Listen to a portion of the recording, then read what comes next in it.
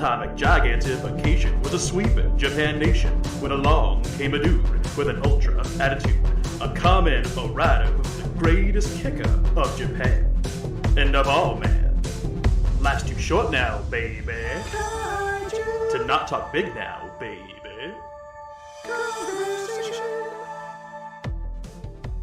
Welcome, ladies and gentlemen, back to a brand new episode of Kaiju Conversation. I'm your host, Elijah, and joining me, as always, my lovely co-host and editor. Hello, I am Rex. And we are back at it again for the third week of Kaiju Month. Woohoo!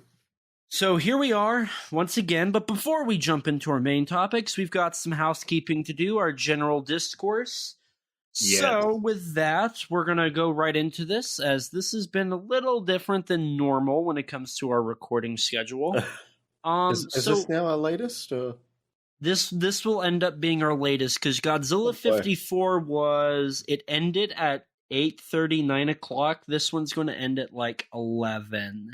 Oh, boy. So, I don't need sleep. Who needs sleep?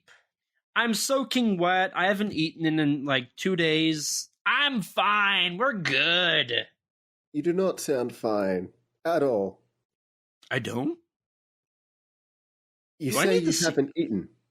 Yeah, you should go get a doctor. Do you think I should seek help? Yes. Do you think I should watch some kaiju movies? Obviously. Yeah, that's the point of the month. That's right. So, actually, before, so speaking of help, Rex, how have you been? Do you need help? Actually, surprisingly, I have had a mostly pleasant week so far, believe it or not. Any exciting events happen?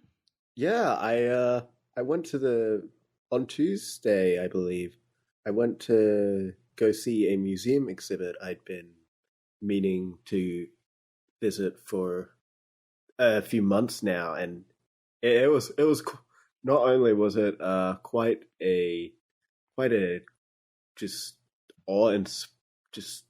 awesome experience seeing like some of the biggest dinosaurs ever, like Patagotitan, and then seeing like some childhood favorites like the Carnotaurus.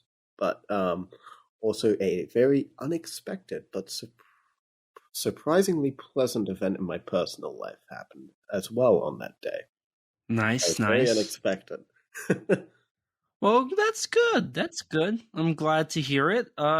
Besides that, have you? I mean, I know you've been busy with work and school and whatnot, but anything else?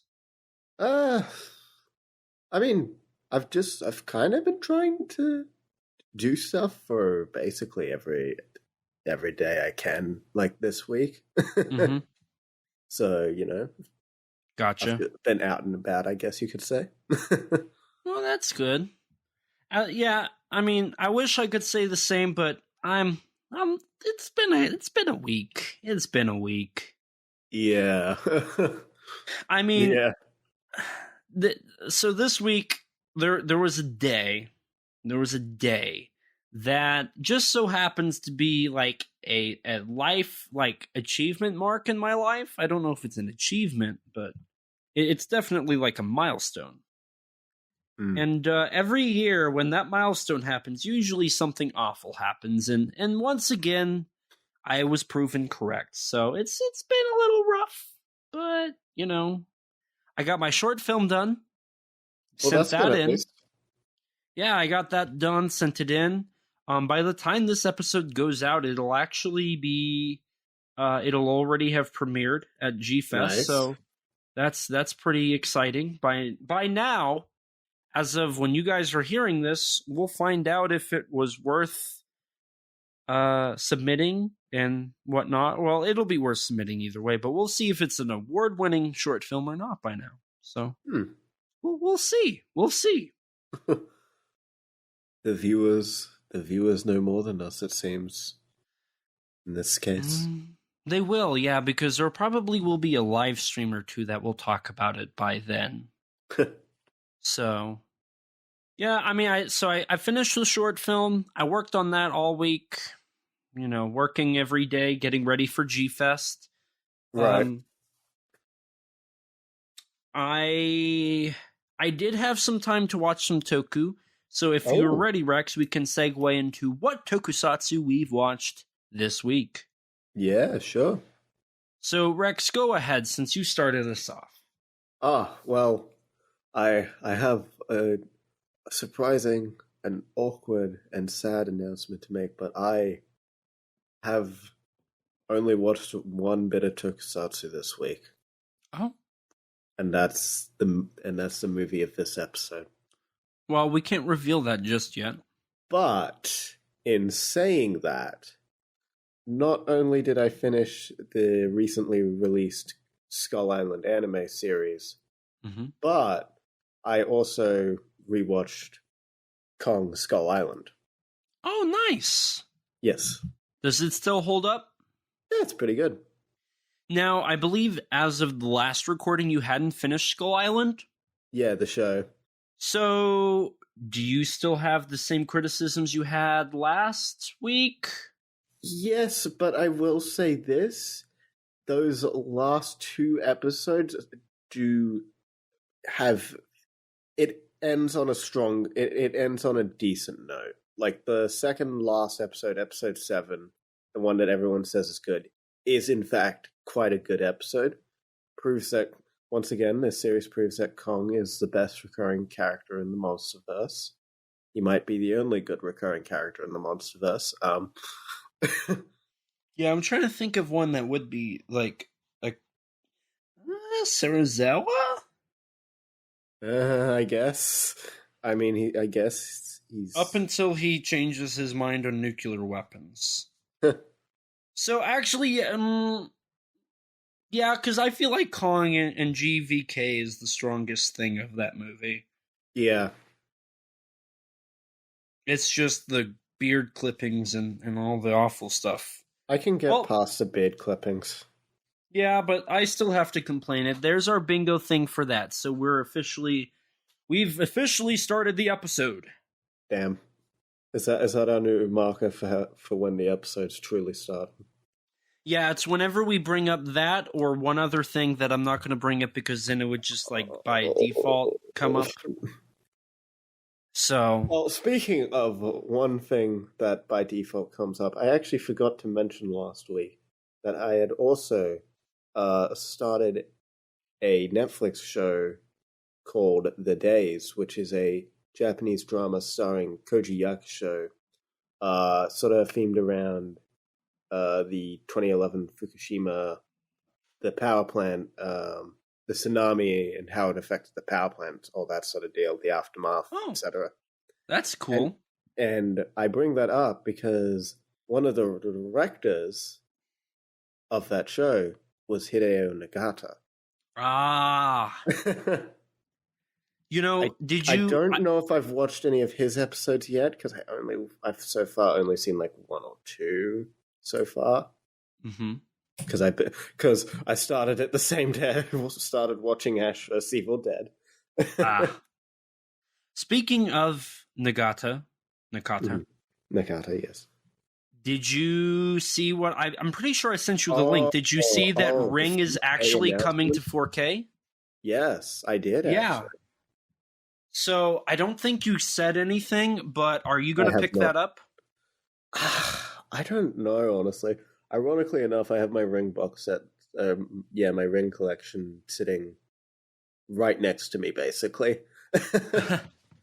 And I think it's the 4K transfer on the Blu-ray as well, but it's in Blu-ray. I believe so. Yeah. So I don't know. I mean, I might pick it up, but solely for the booklet. Oh, is it like an all new booklet or? So, do you have the limited edition Ring box set? No, okay. I don't. So I think it's the excerpts from that. Okay. Or it's actually, so Ring is the only one to be released like by itself. Yeah. And then it was released in the box set. So I think what it is, it's a reissue of the original solo one, but the booklet from that one was repurposed into the booklet for all the box set. Okay. So it's it's a reprint of those essays from the booklet in that initial release. Okay. Which is why I would buy it. And I'm thinking about getting the original poster art version just so it's different. Mm-hmm. Also, can I just say I hate the fact it's marketed as Ringu still? Hey, the UK release will probably just be Ring. Probably. But when I saw that, I was kind of excited.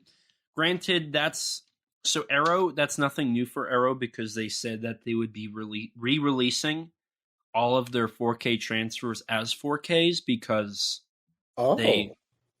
So that was the plan. They only have recently started doing 4Ks.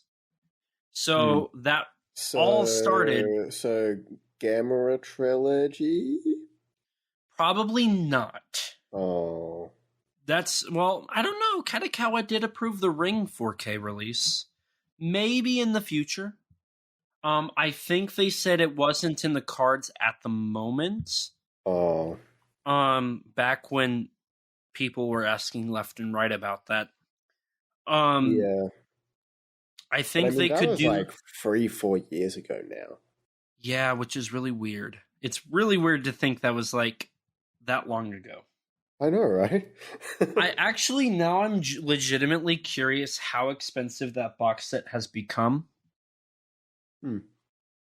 Because, probably like 2 to 3 times what I paid for it. Yeah, because you and I both paid retail, did we not?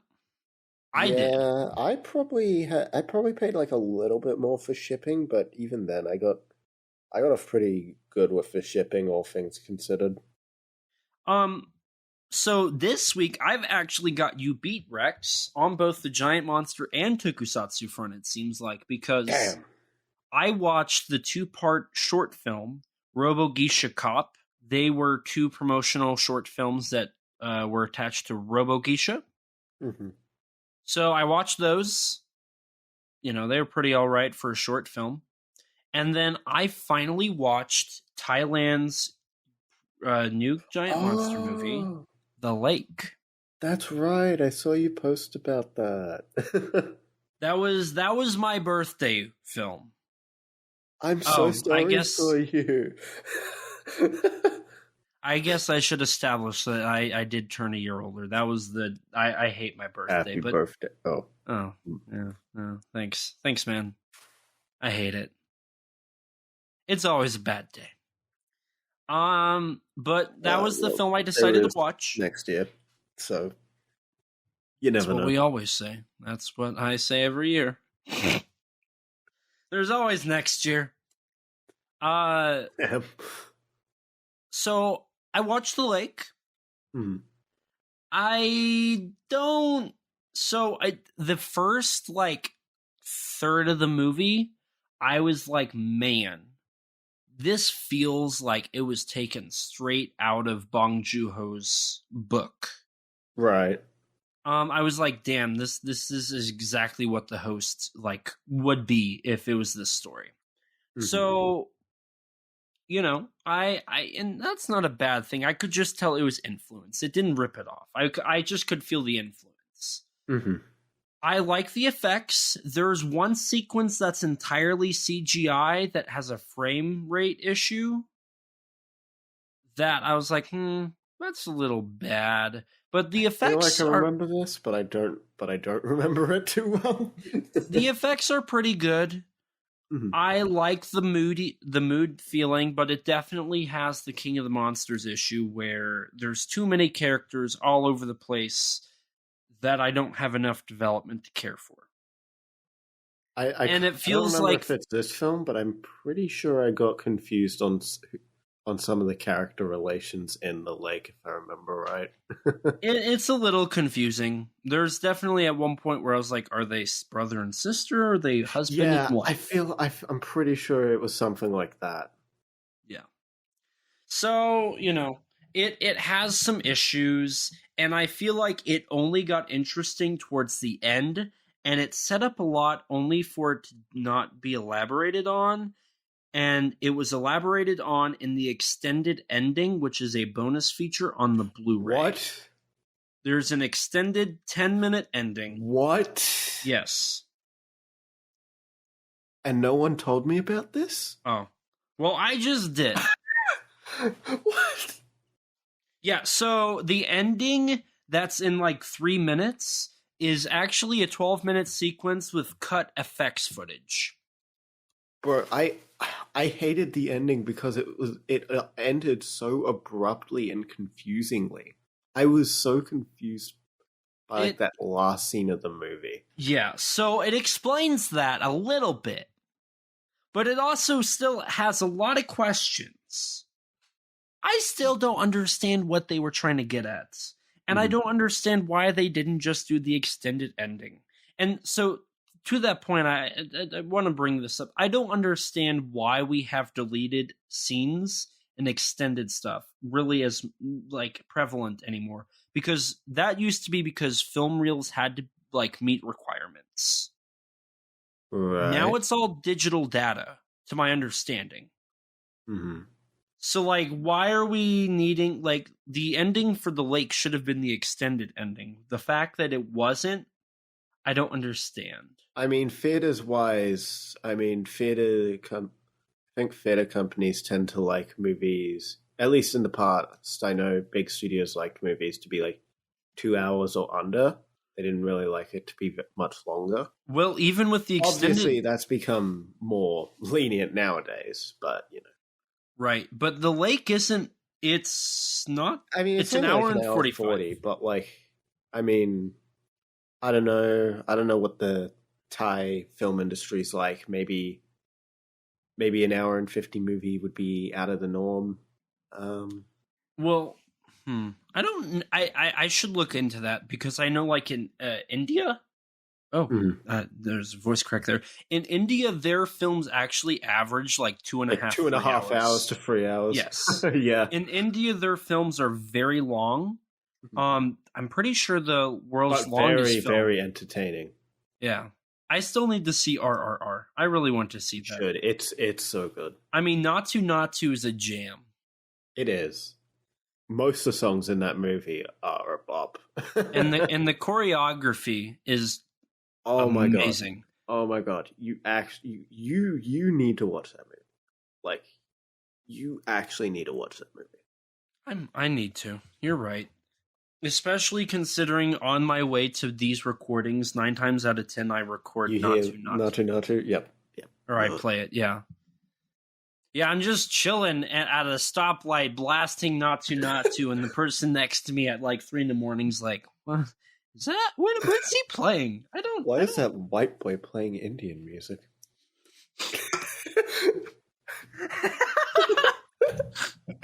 Okay, but am I wrong? No. Back to the lake, though. Yeah. I don't think people hate... I feel like people hate on that movie a little too much, to be honest. I feel like it's not as bad as everybody tried to say it was. I loved the opening scene. I thought that scene was absolutely fantastic. I was cool with like the first 20 minutes or so. And then like the small monster shows up and I'm like, okay, this is going in a bit of a different direction. The editing here is a bit funky, but I'm willing to see where this goes. And then like just later on, the film kind of got boring. Mm-hmm. Yeah, like I can see that. The whole Jurassic Park sequence goes on for way too long. See, I get where people felt like it was Jurassic Park, but I also was like, it doesn't like... It's basically Jurassic Park. It's like the whole T-Rex encounter. And it does take up... done worse. It does take up like 25 minutes of this movie. It takes up way too long. It just ends up being boring, that sequence, by the end of it. And I mean, to be fair, really nothing is achieved in that scene. Yeah, exactly. So, I mean, there's issues, and eventually we will cover that movie. Maybe eventually we'll do a Thailand month, because we have 3 movies we could cover: Garuda, The Lake, and The Beast Below. So maybe another one will come out and we'll be able to do a Thailand month. That'd be pretty Maybe. cool. But besides that, so I watched the Robo-Geisha short films. I watched The Lake. I mean, if you want to count my short film, I watched it. Oh, I watched that too. Oh, how was it, Rex? It was pretty cool, you know. There was just one part I didn't like. There was this credit to a guy. His name was Elijah Thomas. He's kind of an a-hole. Yeah, he sounds like one. He sounds like he's entitled and only likes stuff that he would do. But I guess we'll see if anybody else likes it at the competition that will be already done and over with by the time this episode goes live. Yes. But no, I'm happy you enjoyed it. We talked about it the other day, and you said that you enjoyed it and thought it was pretty neat. So, I'm happy to know that you enjoyed it. I actually tried, and I will say this: there's so by the time this episode comes out, it won't be out for the public, but I do plan on releasing it. I guess this will be the first time I bring it up. But it will be going on my YouTube channel the first week of August. Mm-hmm. There's the second. So I would say the film's kind of two parts. Mm-hmm. I'd say I feel like there's a very obvious like transition from the first part to the second part. Yeah. In the second part, I did this audio thing where I created some tension.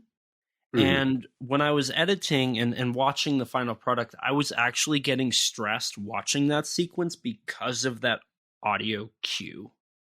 Not because of like, oh God, I got to do this, but it was just the way I set it up was giving me that emotion. And I was like, man, this is actually pretty effective. Like I'm actually feeling something from watching this, and I'm the one making it. Fancy that. So I don't know. Maybe once it comes out, I might do something like to talk about how I made it, because I everything in it's actually 100% original. Everything I made. So I feel pretty proud of that. So we're not going to carry too much farther on that, because I feel like that's just shameless self promotion. Yes. I'm not Nathan Marchand of the Monster Island Film Law Podcast. And then I watched a movie. There was another movie. Oh. Rex, it's been a long, 24 hours. I've been awake for almost 24 hours. Yeah. What was the movie I watched? God, I always do this. You know, I was doing some editing just before getting on here, and I noticed that I had told you in the Gappa episode to write down your movie in your notes. So did you? We're supposed to have notes for this? Yes.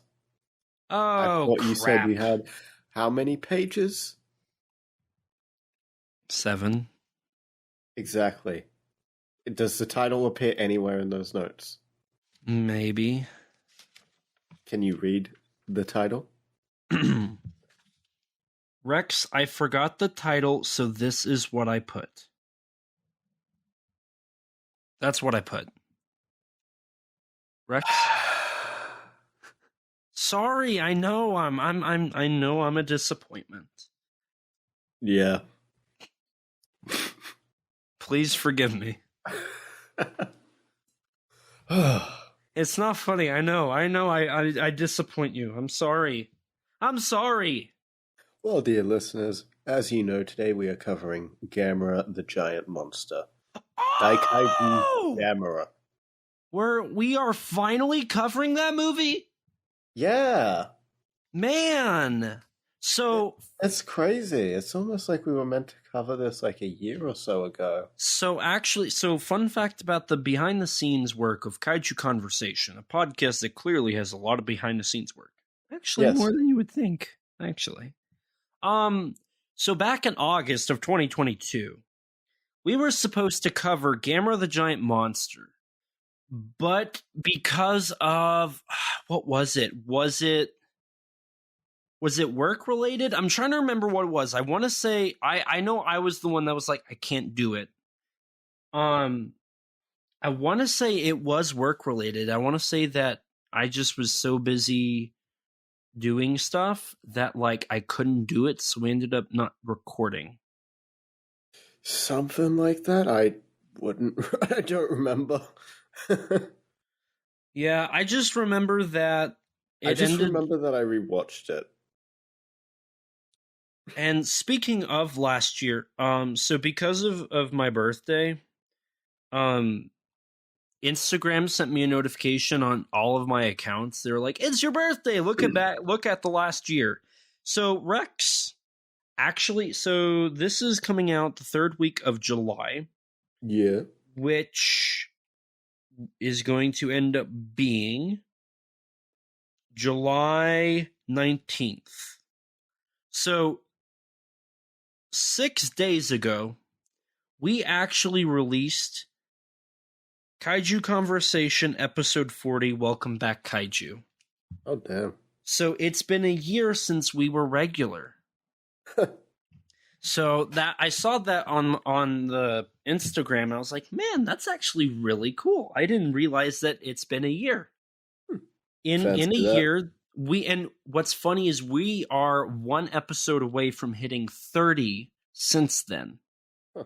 So since July of last year, we will produce 30 episodes. That's crazy.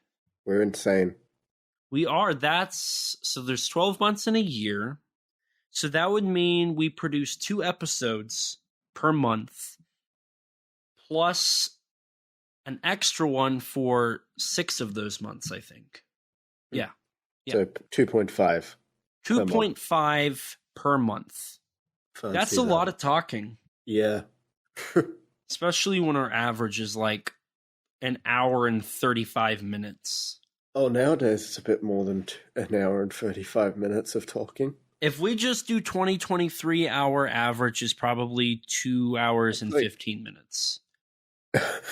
I mean, when you consider, if you include Shin Ultraman and Shin Kamen Rider, they kind of boost it up a little. That's because we have a lot to say. And we're insane. But we have a lot to say. And we're insane. Sure. We'll go with that. Because it's true. I won't argue. So, with that, if you want to, Rex, do you want to start us off with 1 year later, essentially, and talk about? Do you want to do what we typically do here, which is give some background story? Okay, yeah, let's do that. So I guess we can do this on the cast. Do you want to talk about the movie that came prior to this? Or do you want to do, like, eventually an episode solely based on talking about that subject? I Because we talked a little. I guess we could cover it more in depth in like a future. I'm thinking when we cover the movie that's actually about the making of that one. Yeah. So, do you want to give the honors about giving us a brief rundown of Giant Horde Beast Nezera? Alrighty. So, for those who are unfamiliar with Gamera and Nezera, Nezera was a Daiei production set for 1964, sort of going for the giant monster craze at the time that Kanekawa producer Masaichi Nagata was very intent on, cashing in on, especially with the success of Godzilla at that time. Mm-hmm. Thus, he ordered the production of, it was either him or the head of planning at Daiei, I don't remember the name of, who ordered the production of Giant Horde Beast Nezura, which was to be directed by Mitsuo Murayama. It had a completed script and had started filming, but due to issues with the fact that so Nezura was a film about giant rat monsters, and thus the filmmakers decided, let's use real rats on set. this created a fair few health problems, and thus the I believe it was the public health department ended up shutting down the film's production. Right. And before the film was before production shut down, Daiei hired somebody to edit a trailer to start marketing the film. Mm-hmm. And they hired somebody who was very fresh to the world of filmmaking, had done some assistant directing and some acting. And that would be... I mean, his father was an actor beforehand. Right. His father was an actor, and he was grown up around the industry, essentially. Right. And his name was Noriaki Uwasa. Yes. He edited the trailer for the film. Eventually, the film would be shut down, and that trailer would eventually get thrown into a closet until it was destroyed decades later. Mm-hmm. Sadly. But director Uwasa then was attached to do a film called If You're Happy and You Know It, which didn't do too well. It was a comedy musical, if I remember correctly, and it didn't do too well. It was received very poorly. And so everybody was basically saying that he was basically his career was over. He would never live up to the stardom that his father did. Kind of a depressing story. Yeah. But Noriaki Uwasa didn't give up. And that's where we enter the story of Gamera the Giant Monster. So, before Uwasa was brought on, the president of Daiei, Nagata, was on a trip back from the United States after a film festival, and while on the plane ride home, he looked out into the clouds and thought he saw a giant turtle flying. This birthed the idea of creating a giant flying turtle movie. This was allegedly. Because the thing with that story is, not only is that suspiciously similar to the story of how Tomiyuki Tanaka came up with the idea for that would later evolve into Godzilla, but also there's a fair few other different rumored origins of where the giant flying turtle idea came from. Right, there's even one where the president's son would go to a strip club, and this... It was the chief of Daiei's planning, I believe, for that. Okay. Who, his son knew this girl that apparently was... Correct me if I'm wrong, but was sexually harassed by a turtle at a well in the city. I read something. I remember reading something about a perverted turtle. Yes, but I think a perverted that was from turtle. A TV show. I want to say it was from a 60s, like a 62 TV show. I could be wrong. There was another I'd heard where Masaichi Nagata had basically stolen the idea. Yes. From Tomio Nagisu, whom had shown a demo reel for like a stop motion monster series, and in that demo reel he had a giant flying turtle. Right, that ejects fire from his hole and flew in the sky. And Tomio Sagisu, father of Shiro Sagisu, composer of Evangelion, Shin Godzilla, and Shin Ultraman, correct? Mm-hmm. Yes. Founder of P Productions. That's how he's relevant. He was the one who developed Space Giant, Spectre-Man, Lion Maru, Tiger Mask, and a handful of other tokusatsu television shows. Which, fun fact, Shiro Sagisu actually now owns the company. So Shiro Sagisu owns Spectre-Man. Shiro Sagisu is what? I had to do this research a while back. Somebody was like, who owns the rights to Spectre-Man? So P Productions ended up in control of his son.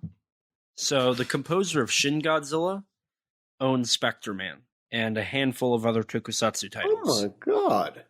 Oh my god, I think you're... Oh my god. You're right. So there's the Shin Ultraman connection. So there's the next What? bingo. I just blew your mind. No one told me about this before. But no, so one of the, I think it was the screenwriter for the film, he denied the claim that it was stolen, stating that it was nothing alike. He's the one that ended up creating the whole chief's son, geisha perverted turtle story. Personally, I'm to believe that Daiei's president, Nagata, definitely on the plane ride home, definitely was trying to think of how to create a giant monster movie, because Daiei wanted to get some of that money. Right. Daiei was not happy with the fact that Toho was dominating that. Daiei had previously done a few other tokusatsu kaiju adjacent films, such as Buddha, The Great Wall, Demon of Mount O, The God, and The God Whale. But they were all historical pieces. So they really wanted to jump into the kaiju ega boom, especially with Sagisu's P-productions like starting to make the rounds. This film ended up coming out November 27th of 1965. So this was right before Ultra Q was airing. So this was right before the big kaiju boom. And I think Daiei was wanting to get into that before it was too late, which is what ended up happening for Nikatsu and Shochoku. They just ended up too late to the game. Right. So I'm in agreement with you. I feel like it definitely was probably stolen. Yeah, I don't think we'll ever know the full true story. Right. Unless that demo reel ever came out. Yeah. But let's be honest, whether or not it is real, it probably doesn't exist anymore. Right. And that's the unfortunate Lost part. media, And F to lost media. And the another unfortunate thing is director Yuasa was not brought in yet. So he was asked about it in an interview, and Yuasa ended up basically saying, "I don't know if it was. I wasn't informed. Nobody told me." So Yuasa was very much out of the loop when it comes to the development of the film prior to filming. Yeah. Which is almost ironic when you'd kind of consider, in retrospect, Gamera is sort of like his baby, essentially. Yeah, exactly. It's really weird. Between him and the screenwriter, Nissan Takahashi, it seems like those two together is what created Gamera, really. Right. So I do know that some of Daiei's people ended up trying to say that they made the film to prevent Toho from getting rich with Godzilla, because everybody knew Godzilla was a moneymaker. Yeah. And I think that because at this point development on Ultra Q had already begun, and Daiei was almost going to contact Tsuburaya to help produce Gamera. Yeah. So they knew that eventually the change of tides for Godzilla and Kaiju would be for kids. I mean, look at Ebra, Horror of the Deep, and whatnot. Even Invasion of Astro Monster was a great example of it really changing for kids. Yeah, I mean, the whole dance. Right. So, I think specifically for Noriaki Uwasa, him and Nissan Takahashi, both of them wanted the film to be a little more kid-oriented. And a part of that was Noriaki actually... Uwasa, I believe, loved kids, so, He did. And he ended up filming at a children's orphanage for about a week. And seeing all the kids depressed really, moved him to want to give them something to be like, hey, you've got this. And he it said, could also be because he was I've read that he was kind of disenchanted with like the adults around him. At least in the film industry, he had been kind of disenchanted. right. And that's mostly, so director Yuasa was I think technically the first post World War II director to touch a kaiju film. Huh. Specifically kaiju. Because before that you had Honda, Motoroshi Oda.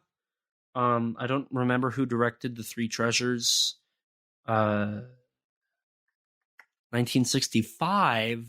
Yeah, and Toei, no other company had really started that. So yeah, Yuasa was the first pre-World War II, like height of World War II director. Because Yuasa was in his 20s, I want to say, when he directed Gamera. He would have been about 30-ish. Because he was born in 33. Okay, so 33, 43, 53.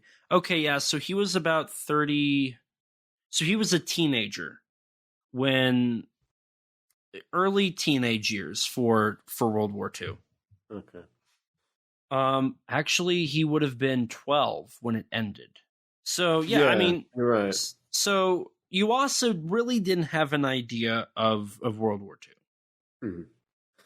At least not to how the adults viewed it. He never had wartime experience or anything. Yeah. So for a lot of people, I think they automatically discredit and ignore Yuasa for that reason. Mm-hmm. But because of all of the people, I mean, he was in the film industry because of his family. So he was around a lot of adults. And they were all very serious, and he didn't understand. And he didn't understand the impact of World War II. So he never really grew up. Hmm. I kind of feel like he had a similar mentality to like Ray Harryhausen and Ray Bradbury, who they said that they would grow old, but they would never grow up. They always had that childlike like mentality. And I think Yuasa especially had that. Right. So, like you said, he had a connection to kids, but he also wanted, in an interview, he said that he wanted kids to have something to be like, well, I may not have my parents, but I have Gamera. Mm-hmm. And Yuasa said that Western audiences probably won't understand that mentality. They'll probably say that's wrong.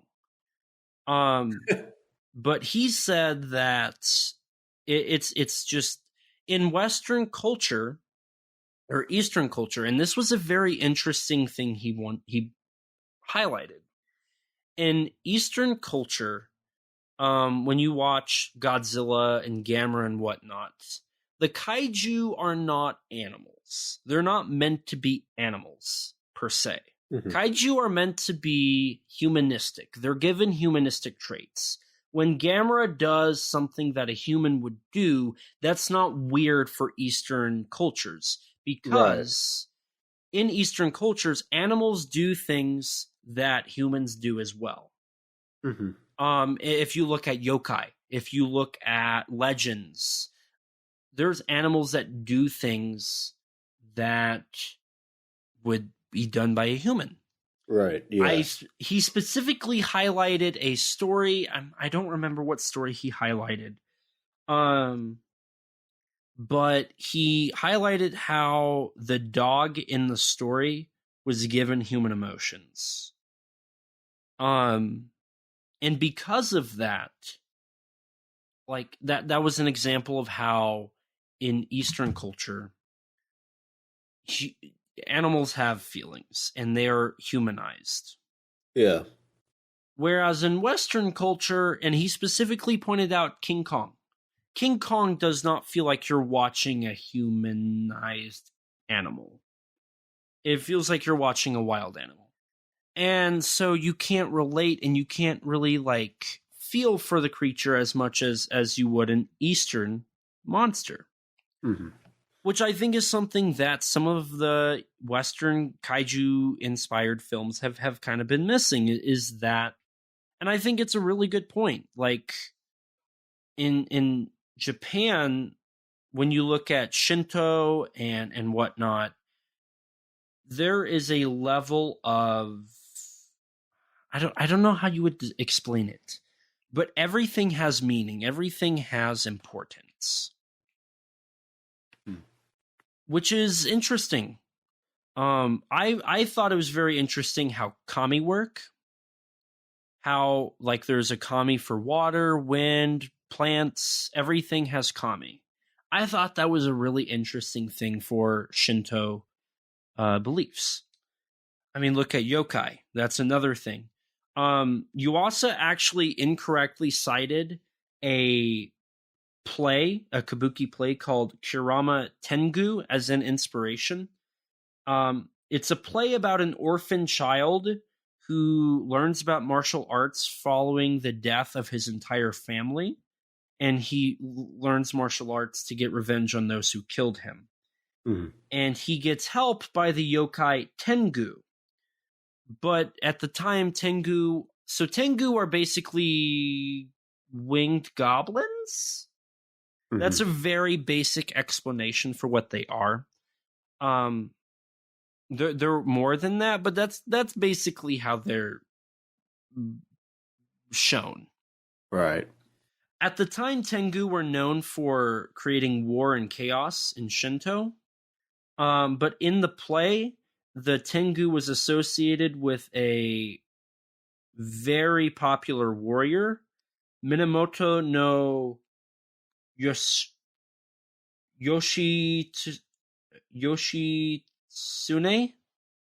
Mhm. Yoshitsune, who was a warrior in the early years of Japan, who took and won a lot of battles. And he was somebody who his entire family, but his mother died in battle. And what was interesting about the play was in the play, anytime the boy would whistle, the Tengu would come to his rescue. So that was what Yuasa was thinking about when he cited it. But he later then said, well, I mean, that technically does work, but that's not what I was referring. That was not something I was influenced by. Because in the later Gamera films, all the kids have to do is be like, Gamera, help us, Gamera. Yeah. And Gamera would come to the rescue. Then he later corrected that and cited the 1958 film Murasaki Zuken, translated to The Purple Hooded Man, which was influenced by Western products like Zorro or The Lone Ranger, an outlaw who came to help the innocent, who you would just have to call for, and they would be there. And when I heard that, I was like, wait a minute. Because when you think about it, that happens a lot in Japanese tokusatsu. Think about, like, I know Kamen Rider, but that happens a lot where the hero magically appears when help is needed. Another example of this I immediately thought of was in Terror of Mechagodzilla. There's the two kids that like go to look at Mechagodzilla, and as Mechagodzilla's about to Godzilla, and he appears. And I was like, wait a minute. That is one of those humanistic traits. They're meant to be like Zorro or the Lone Ranger or that hero that's there to fight for the innocent. And I was like, that's actually really cool. I probably went down a rabbit hole there that you didn't expect. But yeah, that I just thought that was really interesting. And you don't really see that in this film, but following this film, that becomes a trope. And it eventually bled into, like I said, kind of like the Toei Tokusatsu heroes. And in the Godzilla franchise would eventually have that, where the kids would scream for Godzilla and eventually he would appear. Right. But as mentioned, Noriaki Yuasa came on after the film began development. He came on even after the name was finally decided. He came on after Gamera was given his name. The original title that Nissan Takahashi gave, which he wrote the story for this in about 2 hours. Yeah. The original title was Fire-Eating Turtle Attacks Tokyo. Mm-hmm. And it was meant to be, like I said, a cash in on the Godzilla franchise. So they definitely rushed this film from production, like development from the beginning, and I definitely think it shows later on when we actually talk about the movie. Oh yeah. How did you know that the design for Gamera was even done before the script was? I mean, if it is a turtle monster, so True. But I know Akira Inoue produced like around like what was it like 500 pre-production sketches for the film? Yeah, it was 500, and they went with the 15th. And the 15th and the first were very similar. It's just one was standing, one was sitting. Right. So yeah, and they had Takashi Yagi, correct? Do the suit for this, who worked with Toho on a great many of Toho's classic kaiju suits. I feel like I saw his name translated as Masao Yagi, but I don't remember which I think it one. was Masao Yagi, now that you say that. Oh, right, it's Yagi, but that's right, yep. I just remembered. But even so after the script was done, they had this suit. It ended up taking a month to do the storyboards total. I don't know how long the script took, but I don't think it was very long. Mm-hmm. I'm pretty sure it was only about maybe a month. If even that. But with that, I feel like we could go ahead and slide into this. Alrighty. Let's get started. So I'm going to throw a few more facts here as I introduce this, and then I'm going to hand it off to you to dive in for us. So Gamera the Giant Monster is a film that Daiei labeled as a Class B movie. That means it has a small budget, it would be black and white, and so it only had about a budget of 80 million yen, which is about $225,000. Mm-hmm. So because of that, this ended up being the last kaiju film to be shot in black and white in the 1960s. Yeah. So this is the end of an era that started with Godzilla 54 and kind of died, really, after Raids Again, in all intents purposes, because fair enough. There wasn't really much. But they didn't have a lot of faith in this movie. Noriaki Yuasa, like I said, was a very fresh director, and so this was given to him because nobody else would take it. Mm-hmm. He also had to learn how to direct the special effects because he was in charge of that as well. So he ended up learning about things such as like an optical printer. So this was Yuasa's sophomore film. And I think it's an interesting entry into his filmography. Personally, I haven't watched this movie a lot, and I'm starting to understand why. Ironically, for me, out of the Showa Gamera films, it's probably the one I've seen the most, but that's kind of because I've had to watch it twice for this. So the only time I've only really actively chosen to watch this movie like once, I think, and that was when I first watched it. Gotcha. So it sounds like you're the most qualified to walk us through this. So... All right, I guess you're just giving me the reins here. Sure.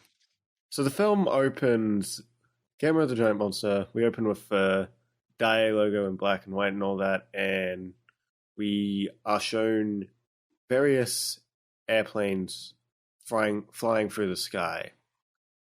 Meanwhile, there's a jeep transporting a scientist, his assistant, and a photographer to an Eskimo community in the Antarctic, I believe, if I remember right. Yes. Yeah.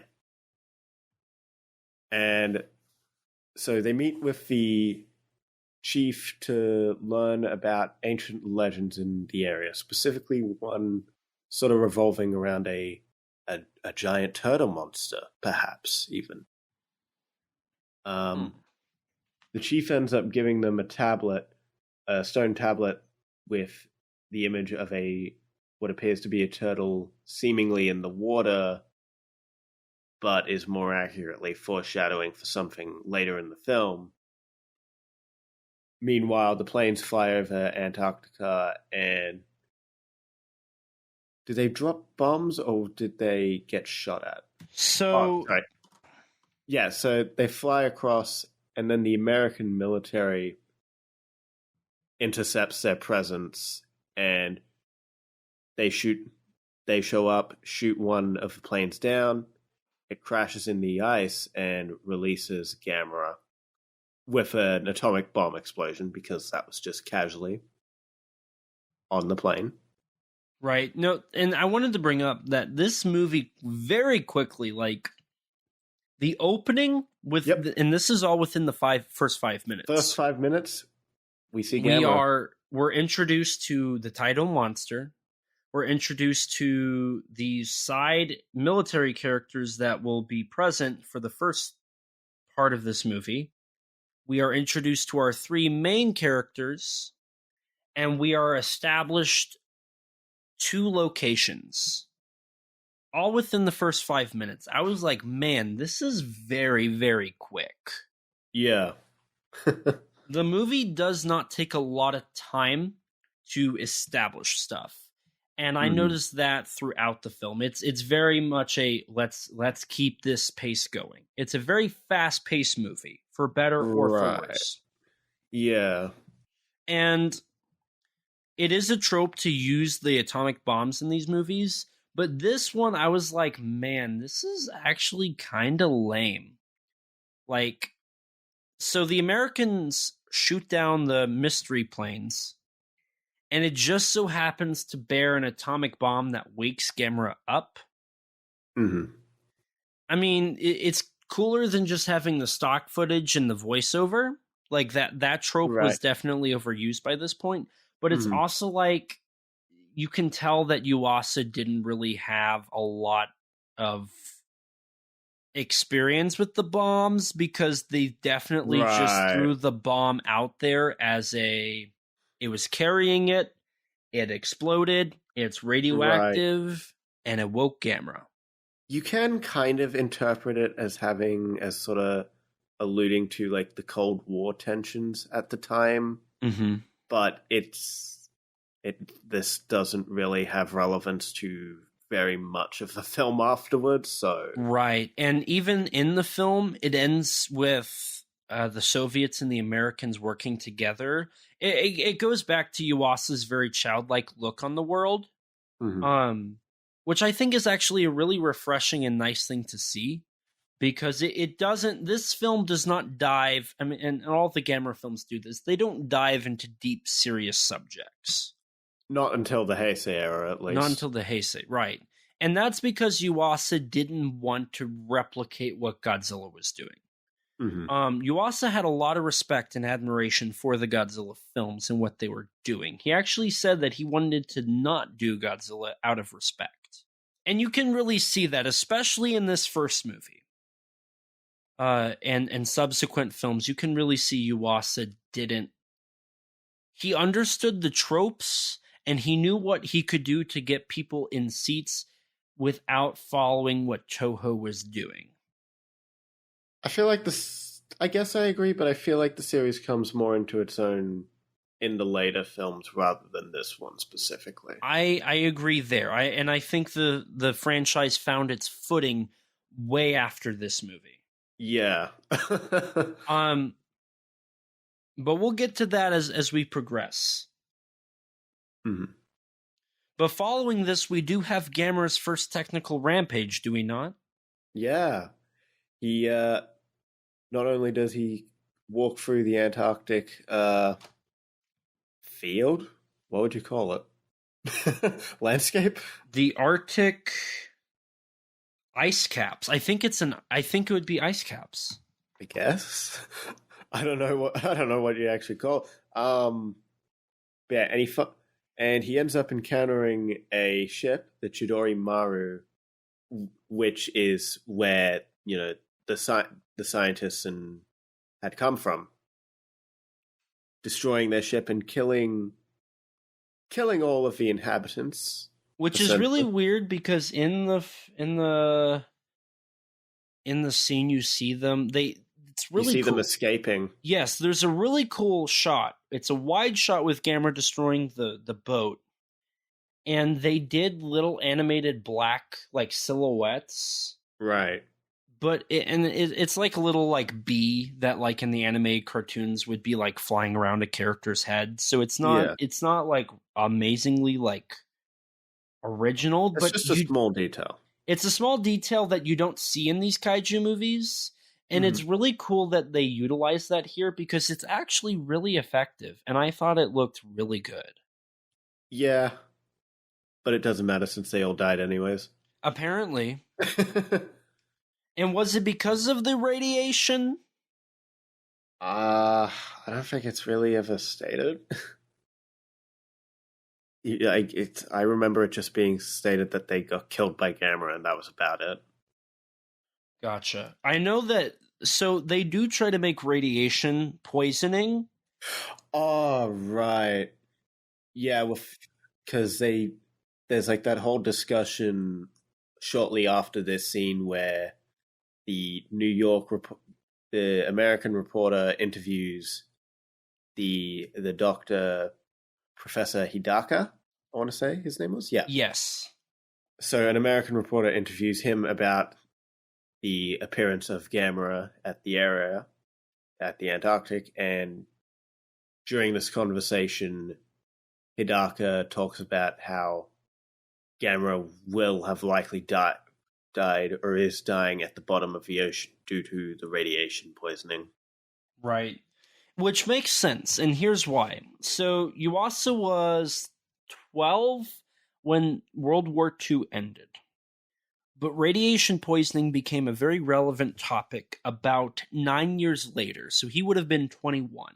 Right. Because in March of 1954, the Castle Bravo testings that were partially the influence for Godzilla 54 occurred. And in that, the Lucky Dragon number 5 crew members of the boat got radiation poisoning. And that became a very big hot topic for a little while.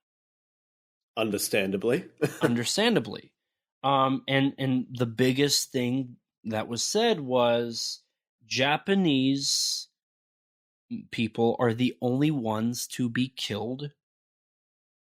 Public Japanese citizens are the only ones to be killed by atomic bombs. Mm-hmm. Which is really weird to think about. Mm-hmm. Like the fact that you can't say no to that. That's 100% accurate. I'm sure there were some American soldiers that, during the Castle Bravo tests, there was a lot of boats stationed to be close by for like impact. And I'm sure those were irradiated. And I'm sure those individuals got cancer and unfortunately had issues. Mm-hmm. But on public citizens, it was all Japanese.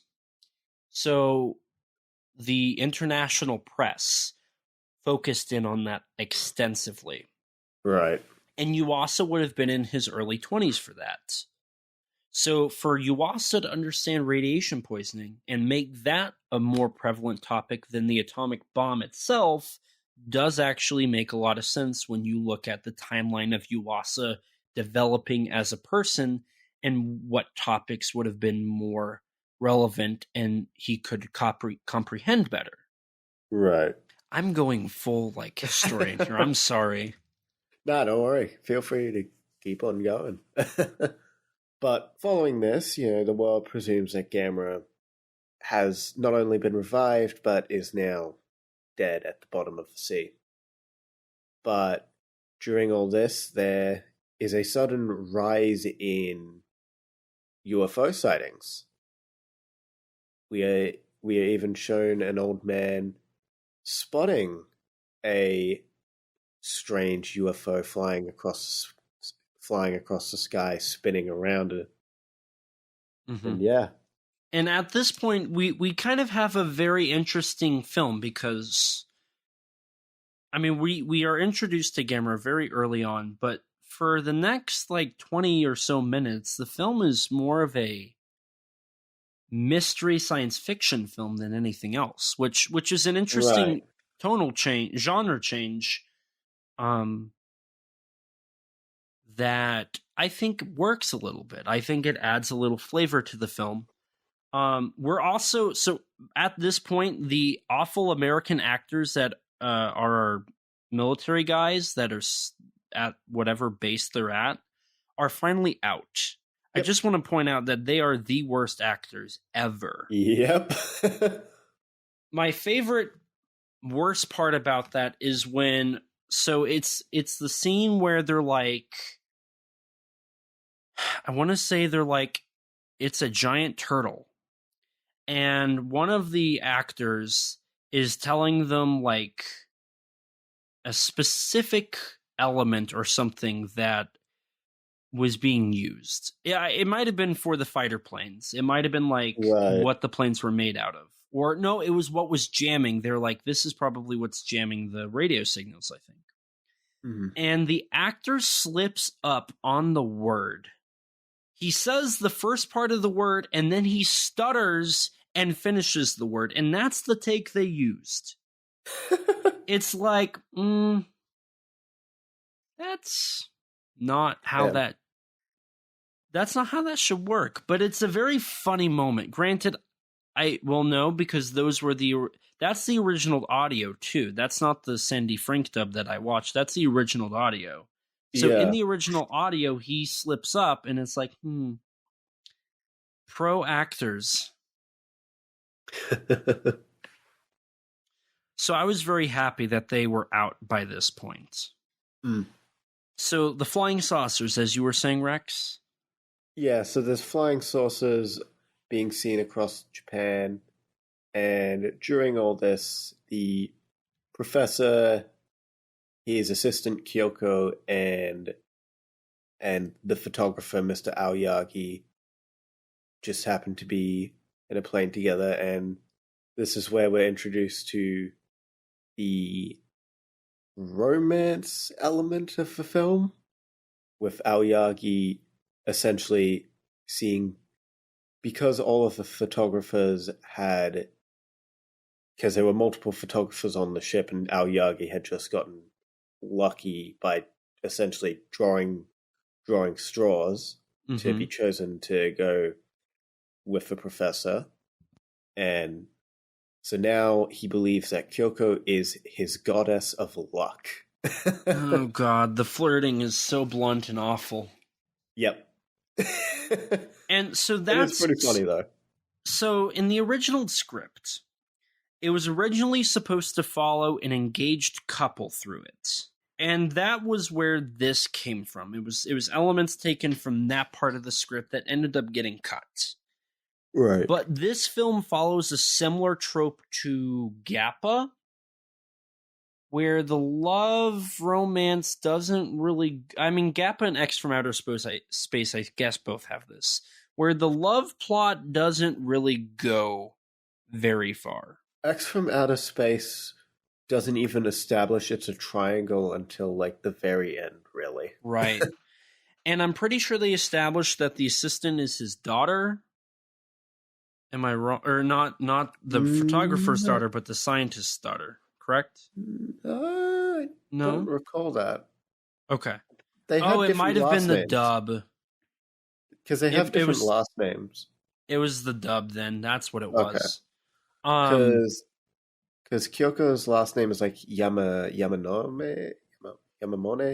I'm butchering it, I know. I don't remember what exactly it was. Whereas the professor is Hidaka. Gotcha. Yeah, it was just the dub then.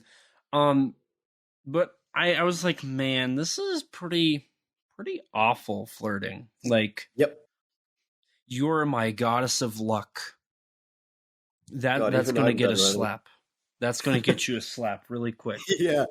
No, that's gonna get you a sexual harassment charge. Maybe a one of those orders where you can't go within like 100 restraining feet of order? them. A restraining order, yeah. Yes. I forgot the word there. Mm. So that begins the weird love plot that happens one other time in this movie. Mm-hmm. And following this, aren't we introduced to our other trio of characters that take up the other portion of the runtime of this movie? Yeah, our padding characters. So from this point on, we're introduced to Toshio, a young boy, as well as his family. This is starting to sound a lot like another movie. Being...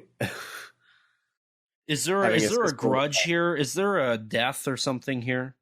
I mean, Toshio does seem to want to get everyone killed in this movie, including himself. He is crazy. Yeah. Plot twist. Maybe. Takashi Shimizu took inspiration from Gamera the Giant Monster for the whole premise of his... the director of Drawn the Final Curse and Beginning of the End. The inspired decision to make Toshio the villain came from Gamera. But yeah, no, Toshio is a psychopath. So, for context, Toshio is 100% absolutely obsessed with turtles. His life basically revolves around them, essentially. And due to this, his father and his sister essentially force him to get rid of his pet turtle, I cannot speak, named Chibi. Or in the subtitles, it's called Pee-wee. He gets rid of said turtle, but during the sequence, he also encounters Gamera, leading him to make the natural assumption that Gamera is his turtle Chibi. And he's essentially obsessed throughout the rest of the film with telling everyone, "Stop! Gamera's my turtle. Gamera's a friend. Gamera means no harm." Which everybody eventually follows that idea? Yeah, it's weird. So this film does begin the trope of the kids are right. Mm-hmm. But this film is the most jarring. So... Yes, because Gamera is literally... the villain. A destructive monster. So Gamera's the villain. And Gamera appears... after Pee-wee the turtle is let loose. Mm-hmm. Toshio is so obsessed that Toshio goes up into the lighthouse that Gamera is by. Yeah. And while he's in the lighthouse, Gamera just so happens to knock the lighthouse down. And Toshio is hanging on for dear life, only but for Gamera to catch him, yes. Which is such a jarring thing. Yeah. So that is the most characteristic thing Gamera could do out of character in this movie. Like, that follows what he would later do in the Showa era, but is very much not what he would do in this movie. Mm-hmm. Yeah, it only makes sense really in the context of all the following films.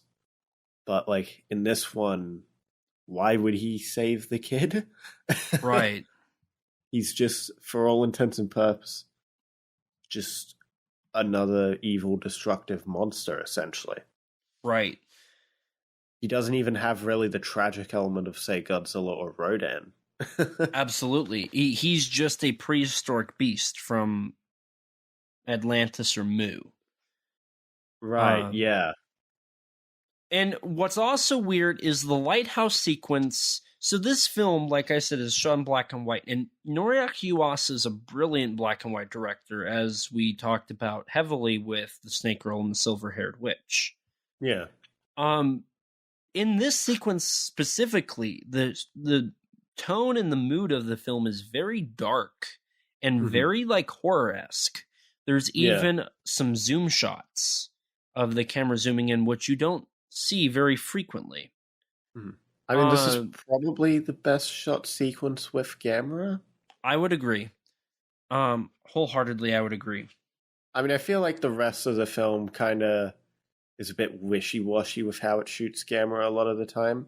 Sometimes it feels sort of almost not quite point and clicky, because it feels like there is still some consideration like for the framing, but at the same time not to the level of, say, the Godzilla or even Gappa. Right, yes. Because it just, especially in terms of having the monsters seem big, there are too many overhead shots, frankly. Right, Too many shots where the area surrounding Gamera is empty as well. Mm-hmm. Specifically in the Antarctic sequence and near the end of this film. Right. Gamera the Giant Monster suffers from Gappa did a little bit, and Monster X, or the X from Outer Space did, which was having wide open shots of kaiju standing in... Right, but I feel like Gappa was more sparing with it. Yes. Gappa did it less. I think out of these three, Gappa's the best example of that scaling. Yeah. Man, we were like, Gappa's not going to be number one, but we're really talking up Gappa still. I know. I'm legit surprised. So in most of the sequences with Gamera, the issue is you can see Gamera's full body. Right. There's not a lot of shots where some of Gamera's cut off. Mm-hmm. They do like, for some reason, to do close-ups of Gamera, like close-up of just his face, close-ups of his back, they do that a lot, specifically in the opening credits, and anytime Gamera's ingesting fire. I mean, it works for there, I'd say. It works, but it doesn't add any scale, which I think this film does miss a lot of, besides the lighthouse sequence, really. And a few sequences. It does let you see the flamethrower in Gamera's mouth, though. This is true. Which is also coming out of the back of his neck.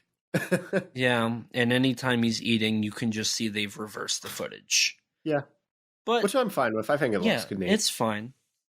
But following this scene, the movie starts moving at a faster pace. So up until this point, the film has solely focused on the saucer, Gamera should be dead, and setting up our 6 characters. 3 of which are supposed to just be side characters, 3 of which are supposed to be our main characters. Yeah. And there's a lot of building up here, and this is within the first 30 minutes. I think it's actually like 26. Yeah. But following this, I really and honestly don't think the movie ever ends until it ends.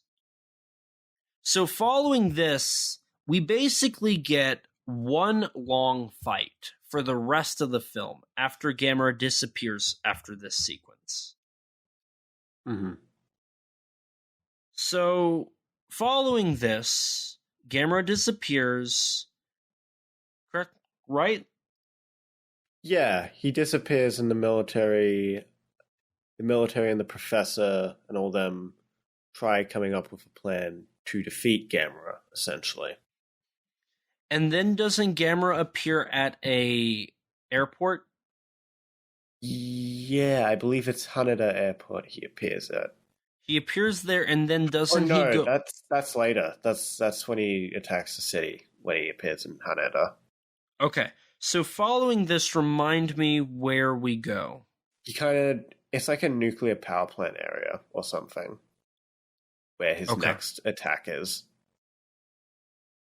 And they try using the power of electricity to defeat Gamera, but it ends up having basically no impact, so the military just throws all their tanks at him, causing a lot of destruction and fire, which Gamera is able to absorb to end up to essentially just become stronger. Right. So thus they call back to plan out a new strategy. And so from this, after the lighthouse sequence, correct me if I'm wrong, but it's basically our 6 main characters intertwine.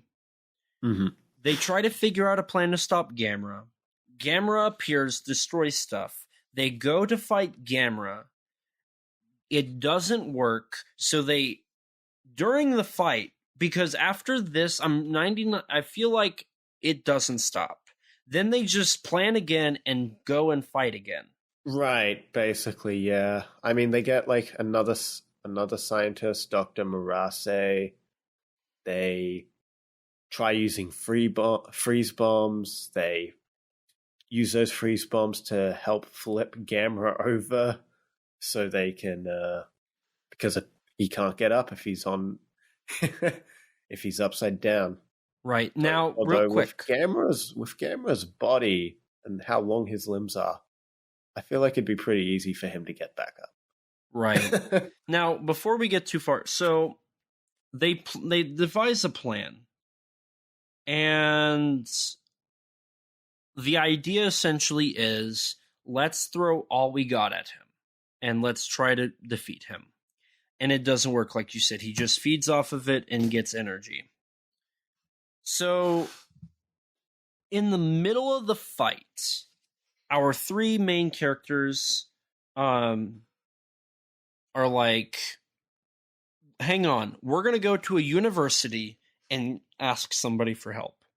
Yeah. In the middle of the fight. So then it cuts to them being at the university talking with the scientist. And he's like, well, if heat isn't going to work, maybe freezing will. Mm-hmm. And then we cut back to the battlefield, and the battle's still going on. Right. And I was like, so somehow they had enough time to leave the battlefield to a university where we don't know where it's at, get to talk to the doctor, to get him to come to the battlefield, and everything's still going on. I was like, that's a really weird idea. And this is why I said, like, following our, like, 26, like, up until the 26-minute mark, after this, the movie really doesn't stop. It quite literally is like just one long battle. It's plan after plan after plan, essentially. Yes, it gets very formulaic. With Koshio mixed in. Yes. So they bring the professor. Just so happens that the military are creating the absolute zero cannon, missile version, pretty much. Yeah. For anybody who doesn't know what that means, so they're developing missiles that will freeze things. But they have 10 minutes to freeze and kill Gamera before it wears off. So they do that plan. They think it's successful. It's not successful. Gamera escapes. Toshio's in the mix. Toshio tries to defend and save Gamera. They devise a new plan to help stop Gamera, and this is where they bring in the United Nations. Mm-hmm. Correct? I don't remember them specifically bringing in the UN, but they essentially established the Gamera countermeasures agency or something like that, the headquarters for it. And so from here. But during this time, there are a lot of natural disasters essentially occurring around the world as well, which the Professor Hidaka speculates to be as a result of Gamera. Mm-hmm. And so this is where I also wanted to bring up that our two stories feel very disconnected. Like I struggle to understand where they intertwined properly. Mm-hmm.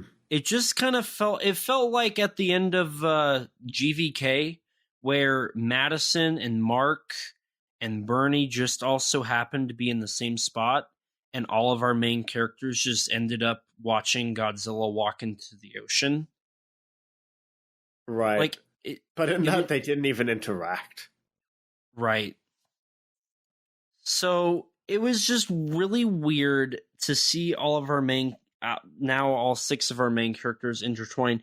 But up to this point, like following their first connection, I want to. So they all reoccur throughout the movie, but doesn't Toshio basically become the only one from that three to really appear going forward in any significant role? It's mostly Toshio, but his sister does reappear here and there to go looking for him. But his father just disappears from the movie. Mm-hmm. As fathers do. He went to get the milk while Gamera was around. Exactly. There's been a lot of trouble with getting food like fish, so maybe, I don't know, maybe the cows are having issues as well. Yeah. So we do get to see something that Gamera I think is very good about, and that's seeing like the collateral damage. We get a few sequences where the humans that are not our main characters complain about the effects of what has occurred. Right. We should also mention perhaps one of the most iconic aspects of Gamera as a character had occurred before this, where it is revealed in this film's essentially twist that Gamera can fly. Oh yes, Gamera can fly. Yep. Gamera is the flying saucer that filled the 22 minutes of this movie before Gamera came back. Mm-hmm. And the stone tablet, the waves on the stone tablet that seemed to be the ocean were actually the clouds. Also, correct me if I'm wrong here, but the stone tablet's basically a plot MacGuffin for only 2 scenes. It's really only there to foreshadow Gamera flying. That's really about it. And I feel like the audience, so the thing about Gamera flying is the flying saucer looks like Gamera's shell. So really it's not really foreshadowing to anybody, because the audience, by the point of the reveal, the audience knows that it's occurring. Mm-hmm. So I don't understand why they even have it. Like, it just the stone tablet kind of feels like a plot MacGuffin that doesn't plot MacGuffin. I don't know. I kind of like it, but yeah, doesn't add too much to the film, really. So I feel like the main goal for this movie was just to get to the kaiju. Definitely. It feels like most of this movie is just, in the script, it feels like an excuse for different kaiju action sequences, essentially. Right. And they didn't really have the budget for that either, which is kind of funny. So by this point, they went over budget. They did. They went over, from what I understand. They went over budget. They were behind time. Production for the film was actually really rocky. Yeah. Lots of delays as well. Lots of delays. So the actual special effects director ended up walking out because Yuasa was not working well with them. Mm-hmm. But the film did have 3 months of principal photography and 2 months of special effects filming. Probably at the same time, I would imagine. Most likely. So what's funny is they were actually given more money, which is how we got the airport sequence, which was Gamera destroying an airport. That sequence was cut. There's actually a lot of cut stuff from this movie as well. Apparently there's quite a few scenes that were cut or redone or moved around, I guess, to streamline the story, but I feel like there's almost nothing to really streamline here. The story, it feels very streamlined in general, so... Yes. And so from here, I mean, we're introduced to the Plan Z idea, which is which our main professor, our main doctor, he says they couldn't do it because it's not developed enough. And so that gives them another reason to fight on an island in the pouring rain. I will say during this sequence, Gamera's pretty scary. They do a pretty good job at shooting Gamera as this scary creature. Mm-hmm. The black and white works. I will say that the black and white does work throughout this movie. Oh yeah. And then we find out that a reporter character has like found a way to get onto the island just to be with the love of his life and the doctor. Yeah, for context, the military were banning him from joining because he was with the press. Yeah. So he decided to be a laborer for the operation. And so while they're fighting Gamera, there's something. So every time the military fights, something happens which ends with them failing their mission. Mm-hmm. With the freezer missiles, it was that they thawed and Gamera could fly. During the sequence at the power station, Gamera is energized by the electricity that they try to use against him, which is very Godzilla 54 inspired. The missiles and the fire and the heat he draws energy from, so that fails. When's the train sequence? I feel like, did we gloss over the train sequence? The train sequence was... So essentially, like, most of the last 20-ish minutes of the film is about the military trying to lure Gamera for Plan Z, essentially. So essentially there is a sequence where they essentially just throw various trains at Gamera, and during this, Toshio, the mad lad, I feel like mad lad is giving him too much of a. It sounds like a compliment. So just call him a mad psychopath. Yep, that's better. The sociopath that he is decides to hop on one of the trains and go Gamera, Gamera, Gamera, leading to some random worker. I think like the chief or something like that, just having to go and save him, which nearly gets the two of them killed. And Toshio's like, nope, Gamera's good. You guys stop. You guys should stop attacking Gamera. It's very, very evil of you. Gamera's my friend. And don't they... So from that sequence, they don't really fight Gamera going forward, I don't think. No, they're kind of just luring him with the flames from the oil tankers. Oh, he's there because so earlier on, there's some people that are like, we're going to hide our power sources in a coal mine so he can't find them. But he's drawn to it, and he's drawing that energy. Okay. Gamera gets a lot of power from a lot of different things in this movie. And it's never brought up ever again after this movie. Yeah. Following this movie, he has just the power of plot convenience. Mm-hmm. Until the Heisei series, where they actually gave it some lore. Yeah. So, yeah, from here we're given basically the build up to Plan Z, which occurs very quickly and just happens. Like, it's built up, and then it's about a 3-minute sequence, if I remember correctly. If even that. So this movie's an hour and 18 minutes long, I believe. Yeah. So the first 30 minutes is basically setting up Gamera, the flying saucer, and our 6 main characters. Then we have the 7-minute lighthouse sequence.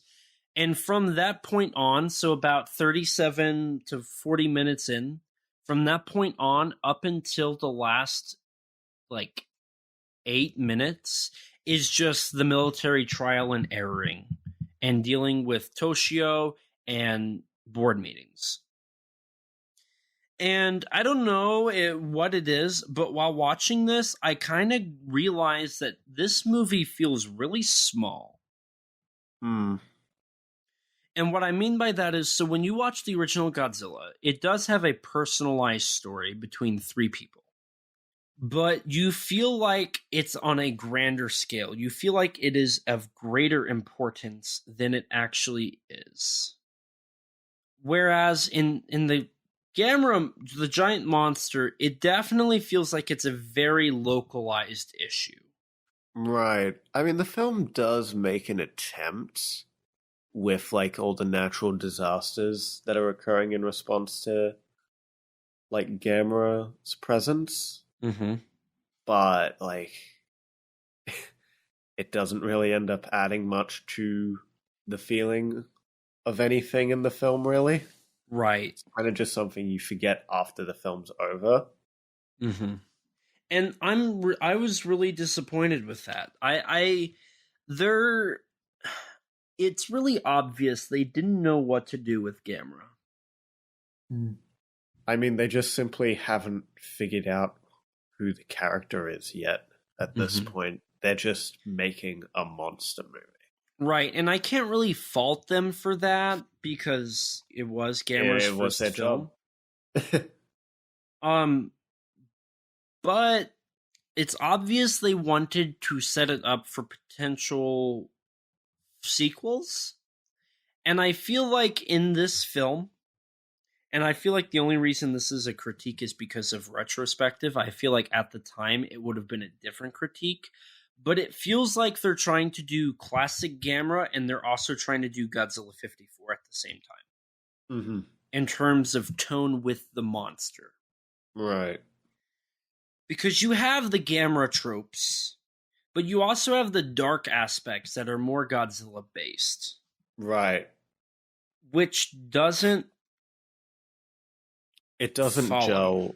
Like having, like, as we mentioned earlier, the sequence of that whole horror-esque lighthouse sequence end with Toshio being rescued by Gamera is bizarre in the context of this film. Mm-hmm. Which just creates a jarring outlook on the Gamera kaiju in this movie. Right. Is he the hero? Is he the villain? Do we want him to be? Are we supposed to be sympathetic to him? Are we not? Right, and it doesn't explain that. And I feel like that's the biggest issue, is we aren't told how to feel about Gamera. And spontaneously, Toshio is okay with everyone, getting rid of Gamera. Right. At the end. So at the end, Plan Z is to trap Gamera in a rocket and shoot him off and into send space. him into space. Yeah. Which the X from Outer Space would later take and reuse that idea. Which, it's an interesting idea. I do like that. I think it's interesting to think that they can't kill a kaiju, so why not relocate it? But to that, like you said, yeah, Toshio's suddenly okay with it. Mm-hmm. Like, it I mean, feels... I get it's better than killing Gamera, but, like, nonetheless, I feel like it still feels very out of character, just given how much he wanted to be with Gamera, how much he wanted to protect Gamera. Even if Gamera's technically still alive, he's trapped in a rocket.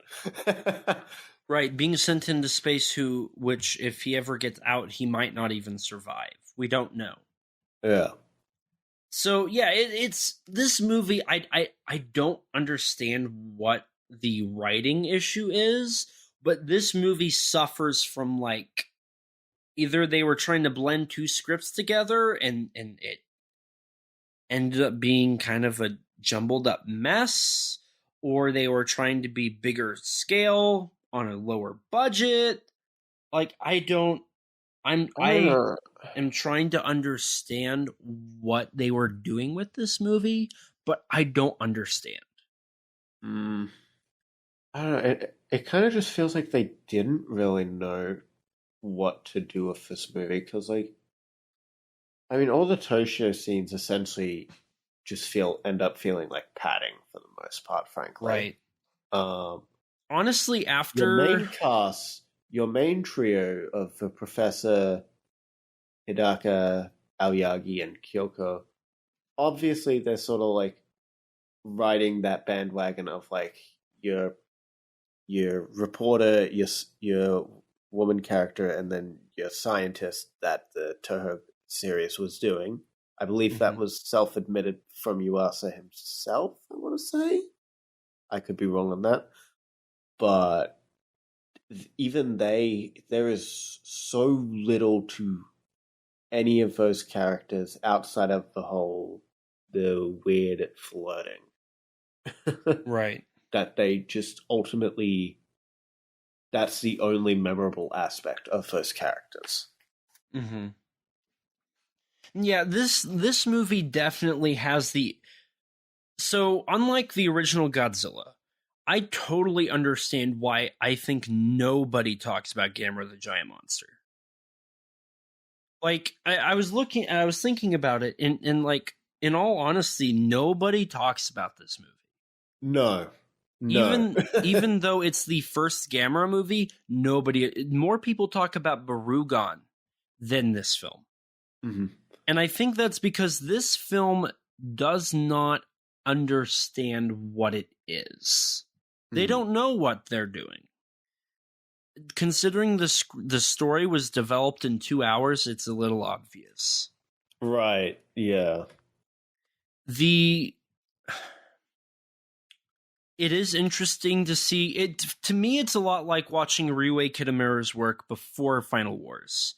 It's interesting to see where everything came from, like the first concepts of a lot of the style and tone for the future films. But it's also like, this is just an uncooked movie. Yeah. And I was honestly disappointed.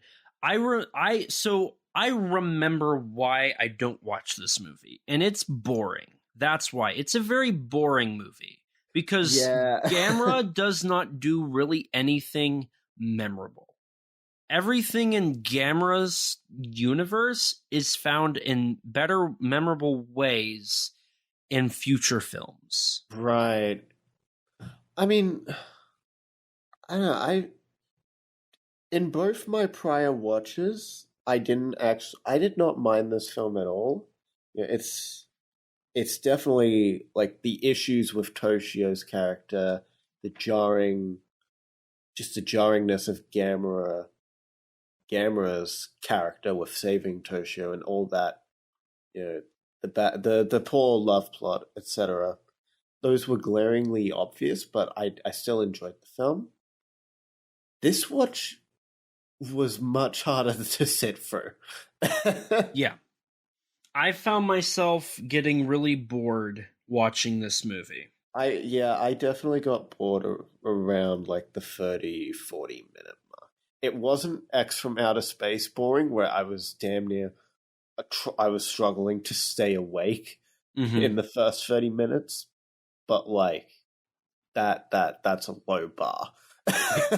Yeah. It's not as bad as some of the later Gamera films, but you know, that's also a very low bar. Right. No, I think this just goes to show, I think the height of Showa Gamera was like the next 4 years following Gamera the Giant Monster. I think Showa Gamera had about a 4-year period where it was decent to good. I would argue it was a 2, maybe 3-year period. Definitely 3. I definitely feel like 3 years is a solid statement. I don't know. I'm not really a fan of Viras. Okay. Well, that's a discussion for another day when we get to those films. Who knows? Maybe I'll have a change of heart. I'll say this. Viras is definitely where that Gamera formula, I feel like, has really not established itself, but it's just become... It was defined. Yes, it is at its most defined. And so while we've been complaining, I will say this: Gamera the Giant Monster was liked by the Daiei executives. It saved Yuasa's career, and it was so successful in the box office, the films following this were given the A film treatment. Granted, following Barugon, they would cut costs gradually to the point where there was no budget left. Quite literally, it ended with Gamera having no budget for his final Showa film. But the film did good, and it received... the Gamera franchise is essentially so closely linked to the whole downfall of Daiei Studios. It's certainly something. Yeah. The film even received a Godzilla King of the Monsters treatment stateside. It was the only Gamera film to be shown theatrically in the States until Gamera Guardian of the Universe. Right. Which only received a limited release. When it was released in the States, it was adapted. It removed the American military footage and replaced it with new stuff. And it was given a new theme song and a dub. And then even in the mid-'80s, after AIP lost the rights to it, AIP didn't release it initially, but I'm pretty sure AIP eventually got the rights for it. But once the rights had lapsed, Sandy Frank, who had done some anime dubs and whatnot, acquired the rights and did a new dub for the film for Mystery Science Theater to Riff, which is how those Showa Gamera films became popular in pop culture. There was even a eventual discussion about doing a colorized version in the States for Gamera, but due to fan backlash, that ended up getting cut. Oh. I've never heard about that one, actually. Mm-hmm. Sandy Frank was going to do it, but there was so much backlash that it just got When canned. was this? 1988, 1987, somewhere in that time frame. Huh. But no, I struggle to see where this film was very popular and very well received. I mean, I guess it's kind of like of the time thing where, these films weren't, you weren't just able to watch them all on a dime, Right. You couldn't just go to your Blu-ray collection and choose whatever film you wanted there, Couldn't go on Netflix. Because, home video just did not exist back then. Mm-hmm. So you had to go when they were out to experience it, essentially. Right. And again, it was Godzilla was popular at the time, so there was very much an audience that was interested in this sort of film at the time, whereas nowadays it's a bit more inconsistent whether or not there's an audience for these types of films. Right. And it might have just simply been because no other company had done this yet. Like, Daiei was the first. Daiei got on the bandwagon before everyone else could in 1967, Mm-hmm. So, it's... I feel like it was just timing for Gamera the Giant Monster. Oh, yeah. Following timing 100% this... plays into the success of the franchise. Right. And then its eventual death, Yeah, and to be honest, it ended up with Gamera only solely banking on getting U.S. distribution. That was eventually what it led to getting these films made, was that co-production money. Right. But with that, I don't really have any more really to say about the film. Yeah. I was actually a little disappointed. Yeah, I was a bit disappointed too. There was a lot more to say about, especially Gappa, I felt. Mm-hmm. There's kind of just not much to this film, I'm afraid. There's little bits of things like you can kind of see some of the Cold War tensions at the beginning. The UFO subplot, it's obvious where it's leading, but it's kind of interesting to have something like that be established. But yeah, it's just too little to these aspects of the film, really. Mm-hmm. And the film just lingers on the same story for too long when it comes to the final act. It really honestly felt like there was two parts to this movie: the exposition and then the fights. Yeah. And then it felt like it was over because following Plan Z, it ends. The movie ends. There is nothing left. I mean, yeah, because the characters are very one note. Right. They're not, the characters in this aren't as bad as the X from outer space, but they do not, I would say they're better written than,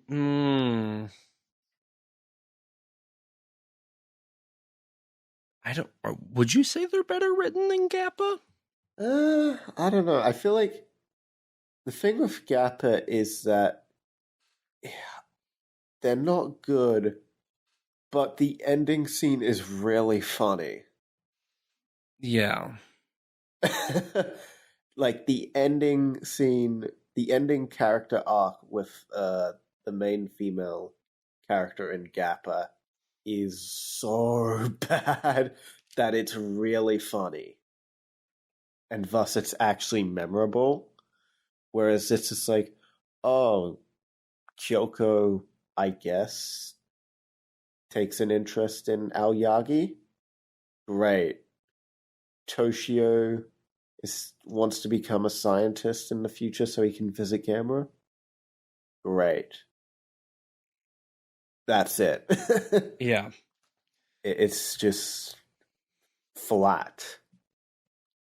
Yeah. And that's the biggest how a issue. lot of this film feels, I guess. Yeah. This is a very flat film. Quite honestly, the winning aspects for this movie is the black and white cinematography and about 3 sequences with Gamera. Right. And to be honest, that's really it. I don't think this film really has any other winning aspects. Yeah, I mean, the worth of this film really comes down to the franchise that it spawned. Right. Rather than it in and of itself. I would say this and the fact that its stock footage would be recycled for various Gamera films following this. Right. So it was useful in that regard. I would say that this is the exact opposite of what 54 was. Mm-hmm. Like, Gamera the Giant Monster is a very small-scale film. Mm-hmm. It doesn't really have a lot of metaphorical attributes. It doesn't go anywhere, really. And it doesn't waste time on anything, really. It hits the main points and moves on. Yeah, it's a monster movie and not much more than that, frankly. Mm-hmm. It doesn't really try to be much else. Mm-hmm. And that ultimately just leads to it being unremarkable. In, our modern sea of, we can watch all of the various 60s kaiju films from around this time, from Godzilla to Gappa to X from Outer Space, Gamera this first film doesn't offer anything that the competition wouldn't do better. Right. And I think there's definitely better examples of Showa Dai productions. Absolutely. We will talk about those at a later date. Mm-hmm. But if you're ready, Rex, I don't really have any more info I really want to spout out besides our cast and crew, if you're ready for that. Yep. Feel free to start. So, as mentioned, this is directed by Noriaki Yuasa, who would also go on to direct Gamera vs. Gaios, Gamera vs. Viras, Gamera vs. Guiron, Gamera vs. Jiger, Gamera vs. Zigra, Gamera Super Monster, The Snake Girl and the Silver-Haired Witch, 22 episodes of Ultraman 80, and episodes of Denjin Zamborgar. He was the special effects director for Gamera vs. Barugon. He was the trailer editor for Nezura. He was the assistant director and actor in Warning from Space. This film was produced by Hidemasa Nagata, who also worked on The Invisible Man vs. the Human Fly, Giant Horde Beast Nezura. He also directed Cosplay Warrior Cutie Night, which featured cameos from the Heisei Gamera. Oh, really? Yeah. Those are like no budget, like video things that are like only 40 minutes long. That were produced by Daiei. Interesting. They are I didn't know very, that. very obscure. Huh. I didn't know that. Yeah. Nagata also would go on to produce Gaios, Viras, Guiron, Jiger, and Zigra. Mm-hmm. And I guess you could say he partially produced Super Monster if you want to go there. Mm-hmm. The film, as mentioned before, was written by Nissan Takahashi, who also wrote Gamera vs. Barugon, Gaios, Viras, Guiron, Jiger, Zigra, Super Monster, the short Gamera vs. Garsharp, 2 episodes of Thunder Mask, wrote the book Gamera vs. Phoenix, and that was all I had. I also forgot to bring up, I have a note here under all of this, that the filming for Gamera the Giant Monster, and this might be why the film jumps around a lot. The film wrapped and was released 15 days later. What?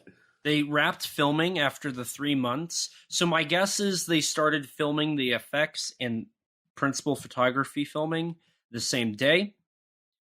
Effects ended 2 months in. The following month, actual production ended, and then they had 15 days to edit everything together and get it over with. So this film had a very small post-production schedule, so I wouldn't be surprised if that's why we don't really... I bet that's why we kind of skip around a little bit. Mm-hmm. Interesting. As for our cast, we have Eiji Funakoshi, yeah. who played Dr. Himada, who was in Fires on the Plain. Huh? Hidaka. And then he also reappeared in Gamera vs. Guiron. You had Junichiro Yamashita, who played Aoyagi, who was also in Wrath of Daimajin. Michiko Sugita, who played Nobuyo. She wasn't in any tokusatsu that I could really note. Hiromi Hiratachi, who played Kyoko. Again, I couldn't find any tokusatsu credits for her.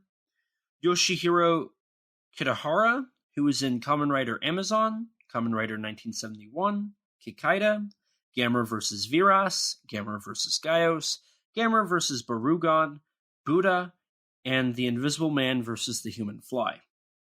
Bokuzen Hidari, who was in The Idiot, Ikaru, Seven Samurai, The Lower Depths, The Three Treasures, The Human Vapor, Redbeard, and Yokai Monsters, along with Ghosts.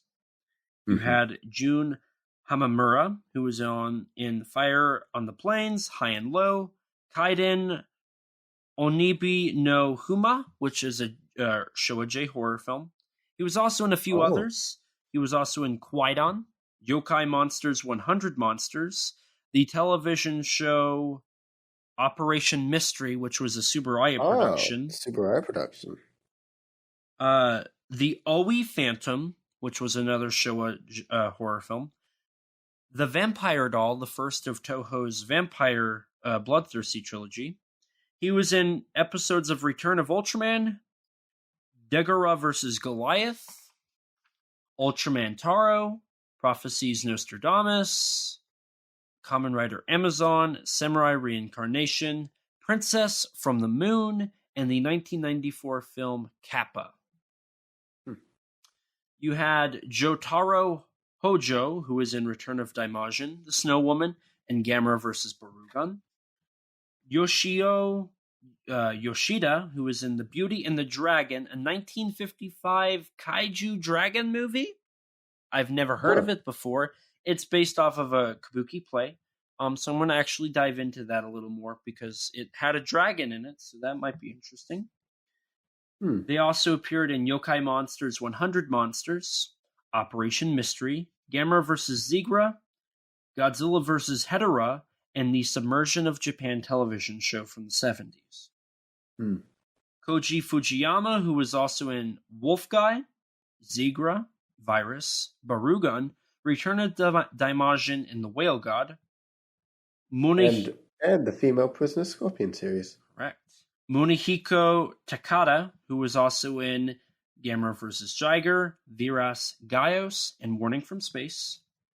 Osamu Maruyama, who was also in Kamen Rider, The Snake Girl and the Silver-Haired Witch, Buddha, and The Rainbow Man, one of the earliest tokusatsu films out there from 1949. Yoshihiro Uchida, who was in Gekko Kamen 1981, and most recently was in the 3Y films The Great Buddha Arrival and Nezura 1964. Kenji... He played Toshio, for the record. Yes, thank you.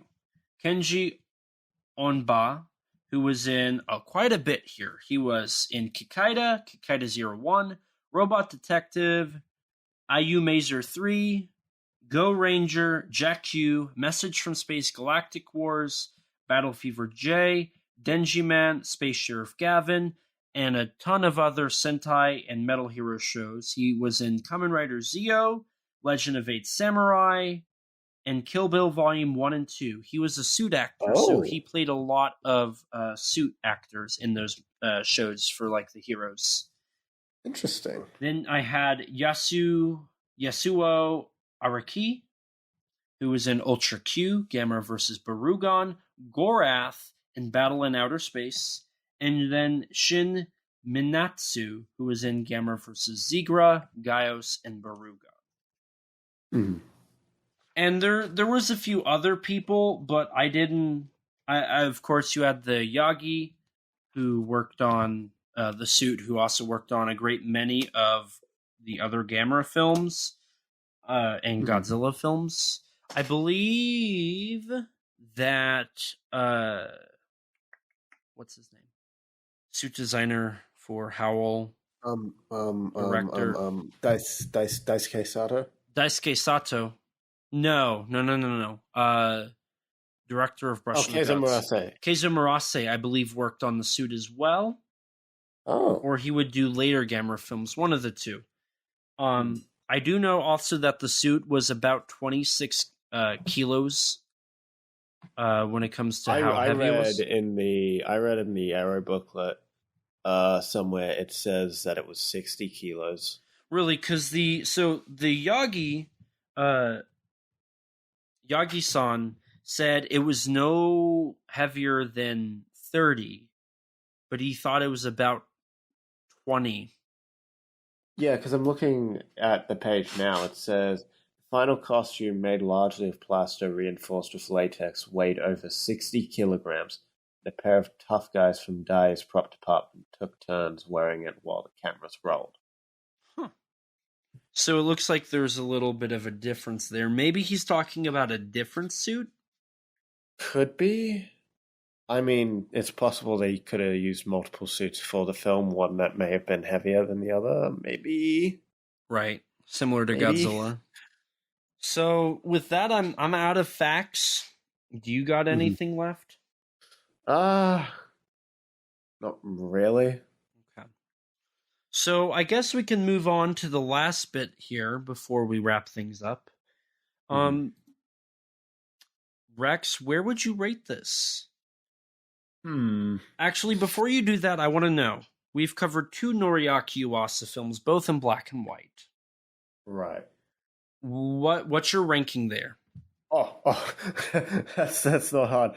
Camera down bottom. Snake Girl and Silver-Haired Witch up top. I concur. That movie was genuinely such a pleasant surprise for me. I concur. Okay. Now, on to the Kaiju Month ranking. God. Well, what's at number 3? What's lowest of the low? oh, easily X from Outer Space. That was a very, very, very difficult watch. I agree. I agree. So That first 30 minutes was a hard slog. now, At number 1? Ooh. well, you skipped 2. Well, you know what's going to be number 1 when I say number 2.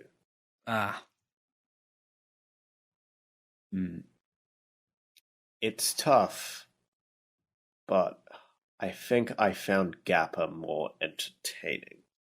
So Gamera's going to be at your number 2? Yeah. So this is going to be an interesting month, I think, because I agree.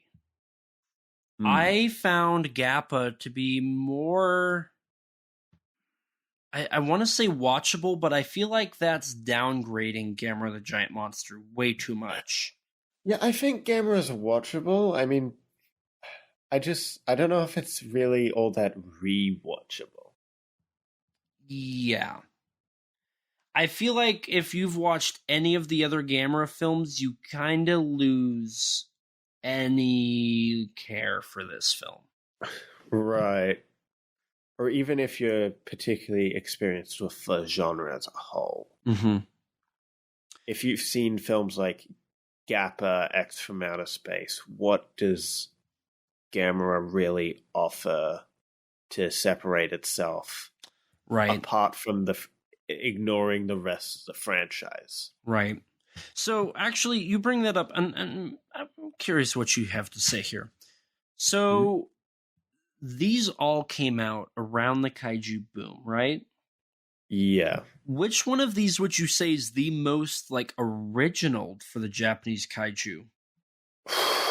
I mean, I don't know. I feel I'm going to go with Gappa. I don't know.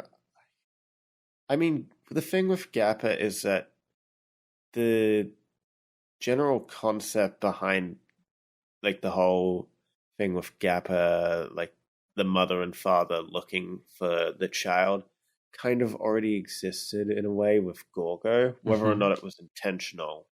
You sort of had that type of those types of monster characters in a story already, so it wasn't really breaking new ground per se. Right. But I feel like I feel like X from Outer Space is, in all honesty, a reimagining of the Gamera script. I mean, the X from Outer Space, what makes that movie stand out is its monster design. Right. If we're going based off of original kaiju, I would definitely say X from Outer Space takes the cake.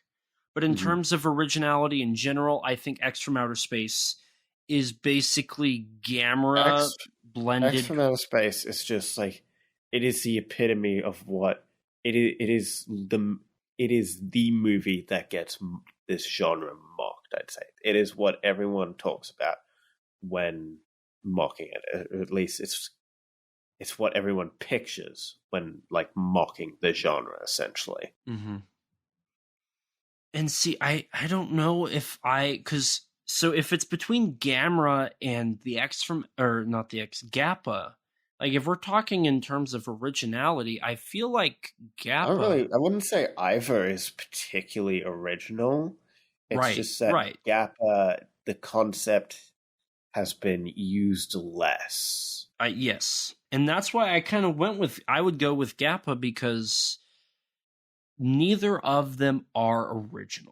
Out of the 3 we've covered, none of them have really broke any ground.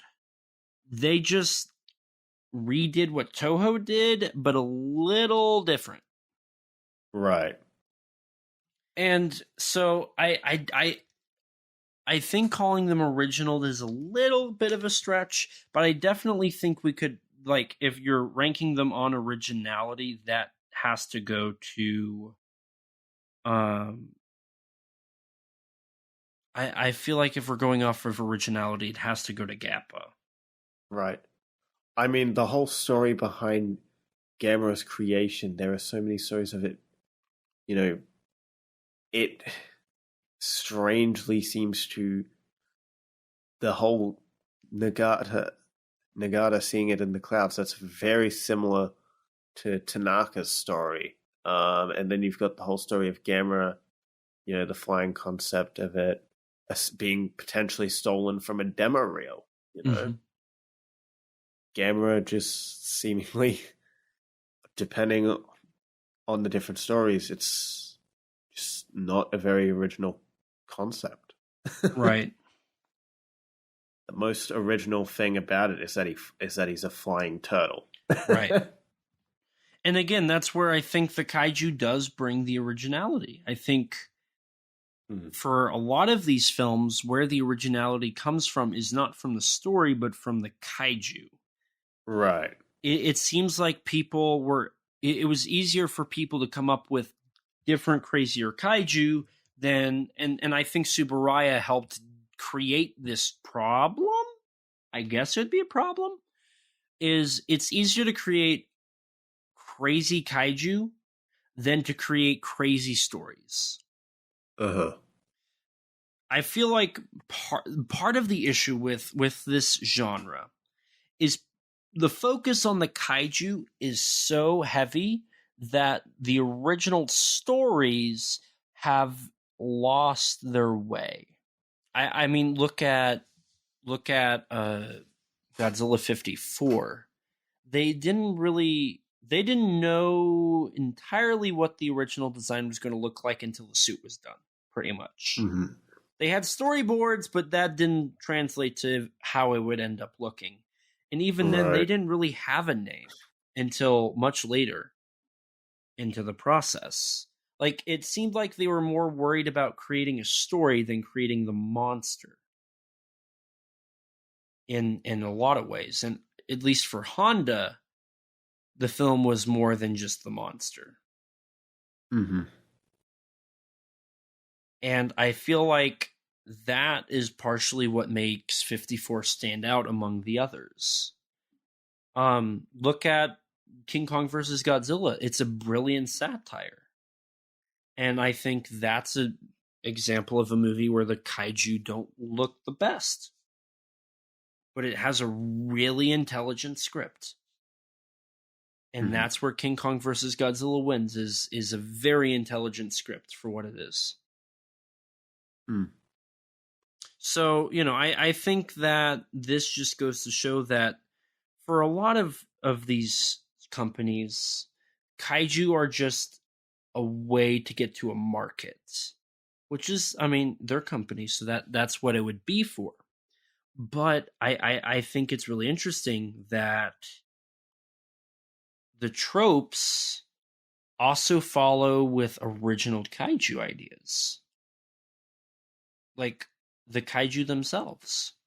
Tsuburaya is the premier production company for kaiju, I would argue. And they come up with an original kaiju every week. And granted, from New Gen, it gets a little rocky, but thankfully, Blazer is starting to balance that out. But historically speaking, I think Tsuburaya has done a great job at developing original kaiju, even if they are bizarre and crazy and outlandish. I don't know, just some food for thought. Well, I feel like I've went on enough as a wannabe kaiju historian. So if you're ready, Rex, I'm ready to go ahead and wrap things up here with the plugs. And alrighty. Well, dear listeners, if you want to find me, you can find me on YouTube at RexZeno, on Twitter at Rex_Zeno, and on Instagram, Rex_Zeno. And if you want to check out some of my writing, go take a look at the Tokusatsu Network.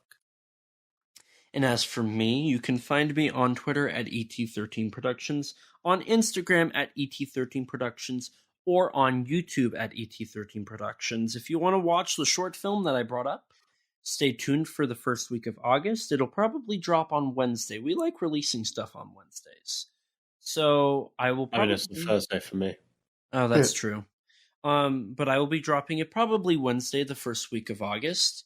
So everybody else who didn't go to G-Fest can enjoy watching my film SOS Seek Shelter. But as for the podcast, this is a podcast, so we got some links. We got some links, let me tell you. So don't forget to rate us on iTunes. That boosts our ratings and helps us get recommended to more people just like you. We're still sitting at a 3.1. I feel like for the amount of kaiju we've covered lately, I feel like there should be another 5-star in there. Wink, wink, nudge, nudge. If you don't have an Apple device, which I don't blame you, I don't actually, that's definitely a lie. I use a MacBook to do this podcast. You can rate us on Spotify, though. But on Spotify, we are sitting at a solid 5 stars. So thank you to everybody who has rated us. And since the last recording, we gained 1. So we are now sitting at 5 stars. So thank you guys so much. And keep it coming. If you want to stay up to date with all things Kaiju Conversation related, follow us on Twitter at KAIJU_CONVERS. If you don't have Twitter, you can follow us on Instagram or like us on Facebook. If you're like me before podcasting and you don't have any social media, lucky you. You can email us at kaijuconversation@gmail.com, all lowercase, all one word, you know the drill. And as always, we'll read your reviews on air for everyone to hear.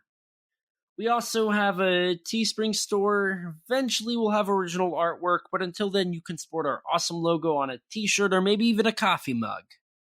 If you'd like to chat with us, check out our Discord server, full of others that have similar interests to you. Recently, there was a conversation about... Let's see here. The new Jet Jaguar suit and the Godzilla Zero Countdown page. We are getting real close. As of this recording, it'll be out, so we'll have everything to talk about. It's a great community full of great people. Definitely check it out. Don't forget to subscribe to our YouTube channel and hit the bell so you can be notified anytime we upload a video. We sometimes post exclusive to the channel like bloopers for episodes or minisodes, talking about news or other subjects. We also have an interview with Mechagodzilla designer Jarek Kujaveski on the channel. I probably butchered his name and I apologize. And a huge thanks to Rex for editing all of these episodes and all the other content we upload. His links can be found in the description below. Along with Rex, we'd like to give a huge thanks and shout out to Danny DeManna of the Godzilla Novelization Project for his amazing vocals on our theme song. You can support him by following him on Twitter at Danzilla93_GNP or visit his website GodzillaNovelizationProject.com. And a huge thanks to Gratton Conwell from the podcast Giant Monster BS for composing the music for our theme song. You can support him by following the podcast on Twitter at Giant Monster BS or on any podcast platform under the name Giant Monster BS. And with that, we're going to wrap things up here, so thank you guys so much for listening, and as always, please remember, life's too short to not talk big. Bye, guys! Bye. We are set, we are in debt, there's nothing to sweat. Life's too short now, baby. They're not too big now, baby. Conversation. His name's Elijah, baby. And also Rex now, baby. We love those kaiju, baby. And you will too now.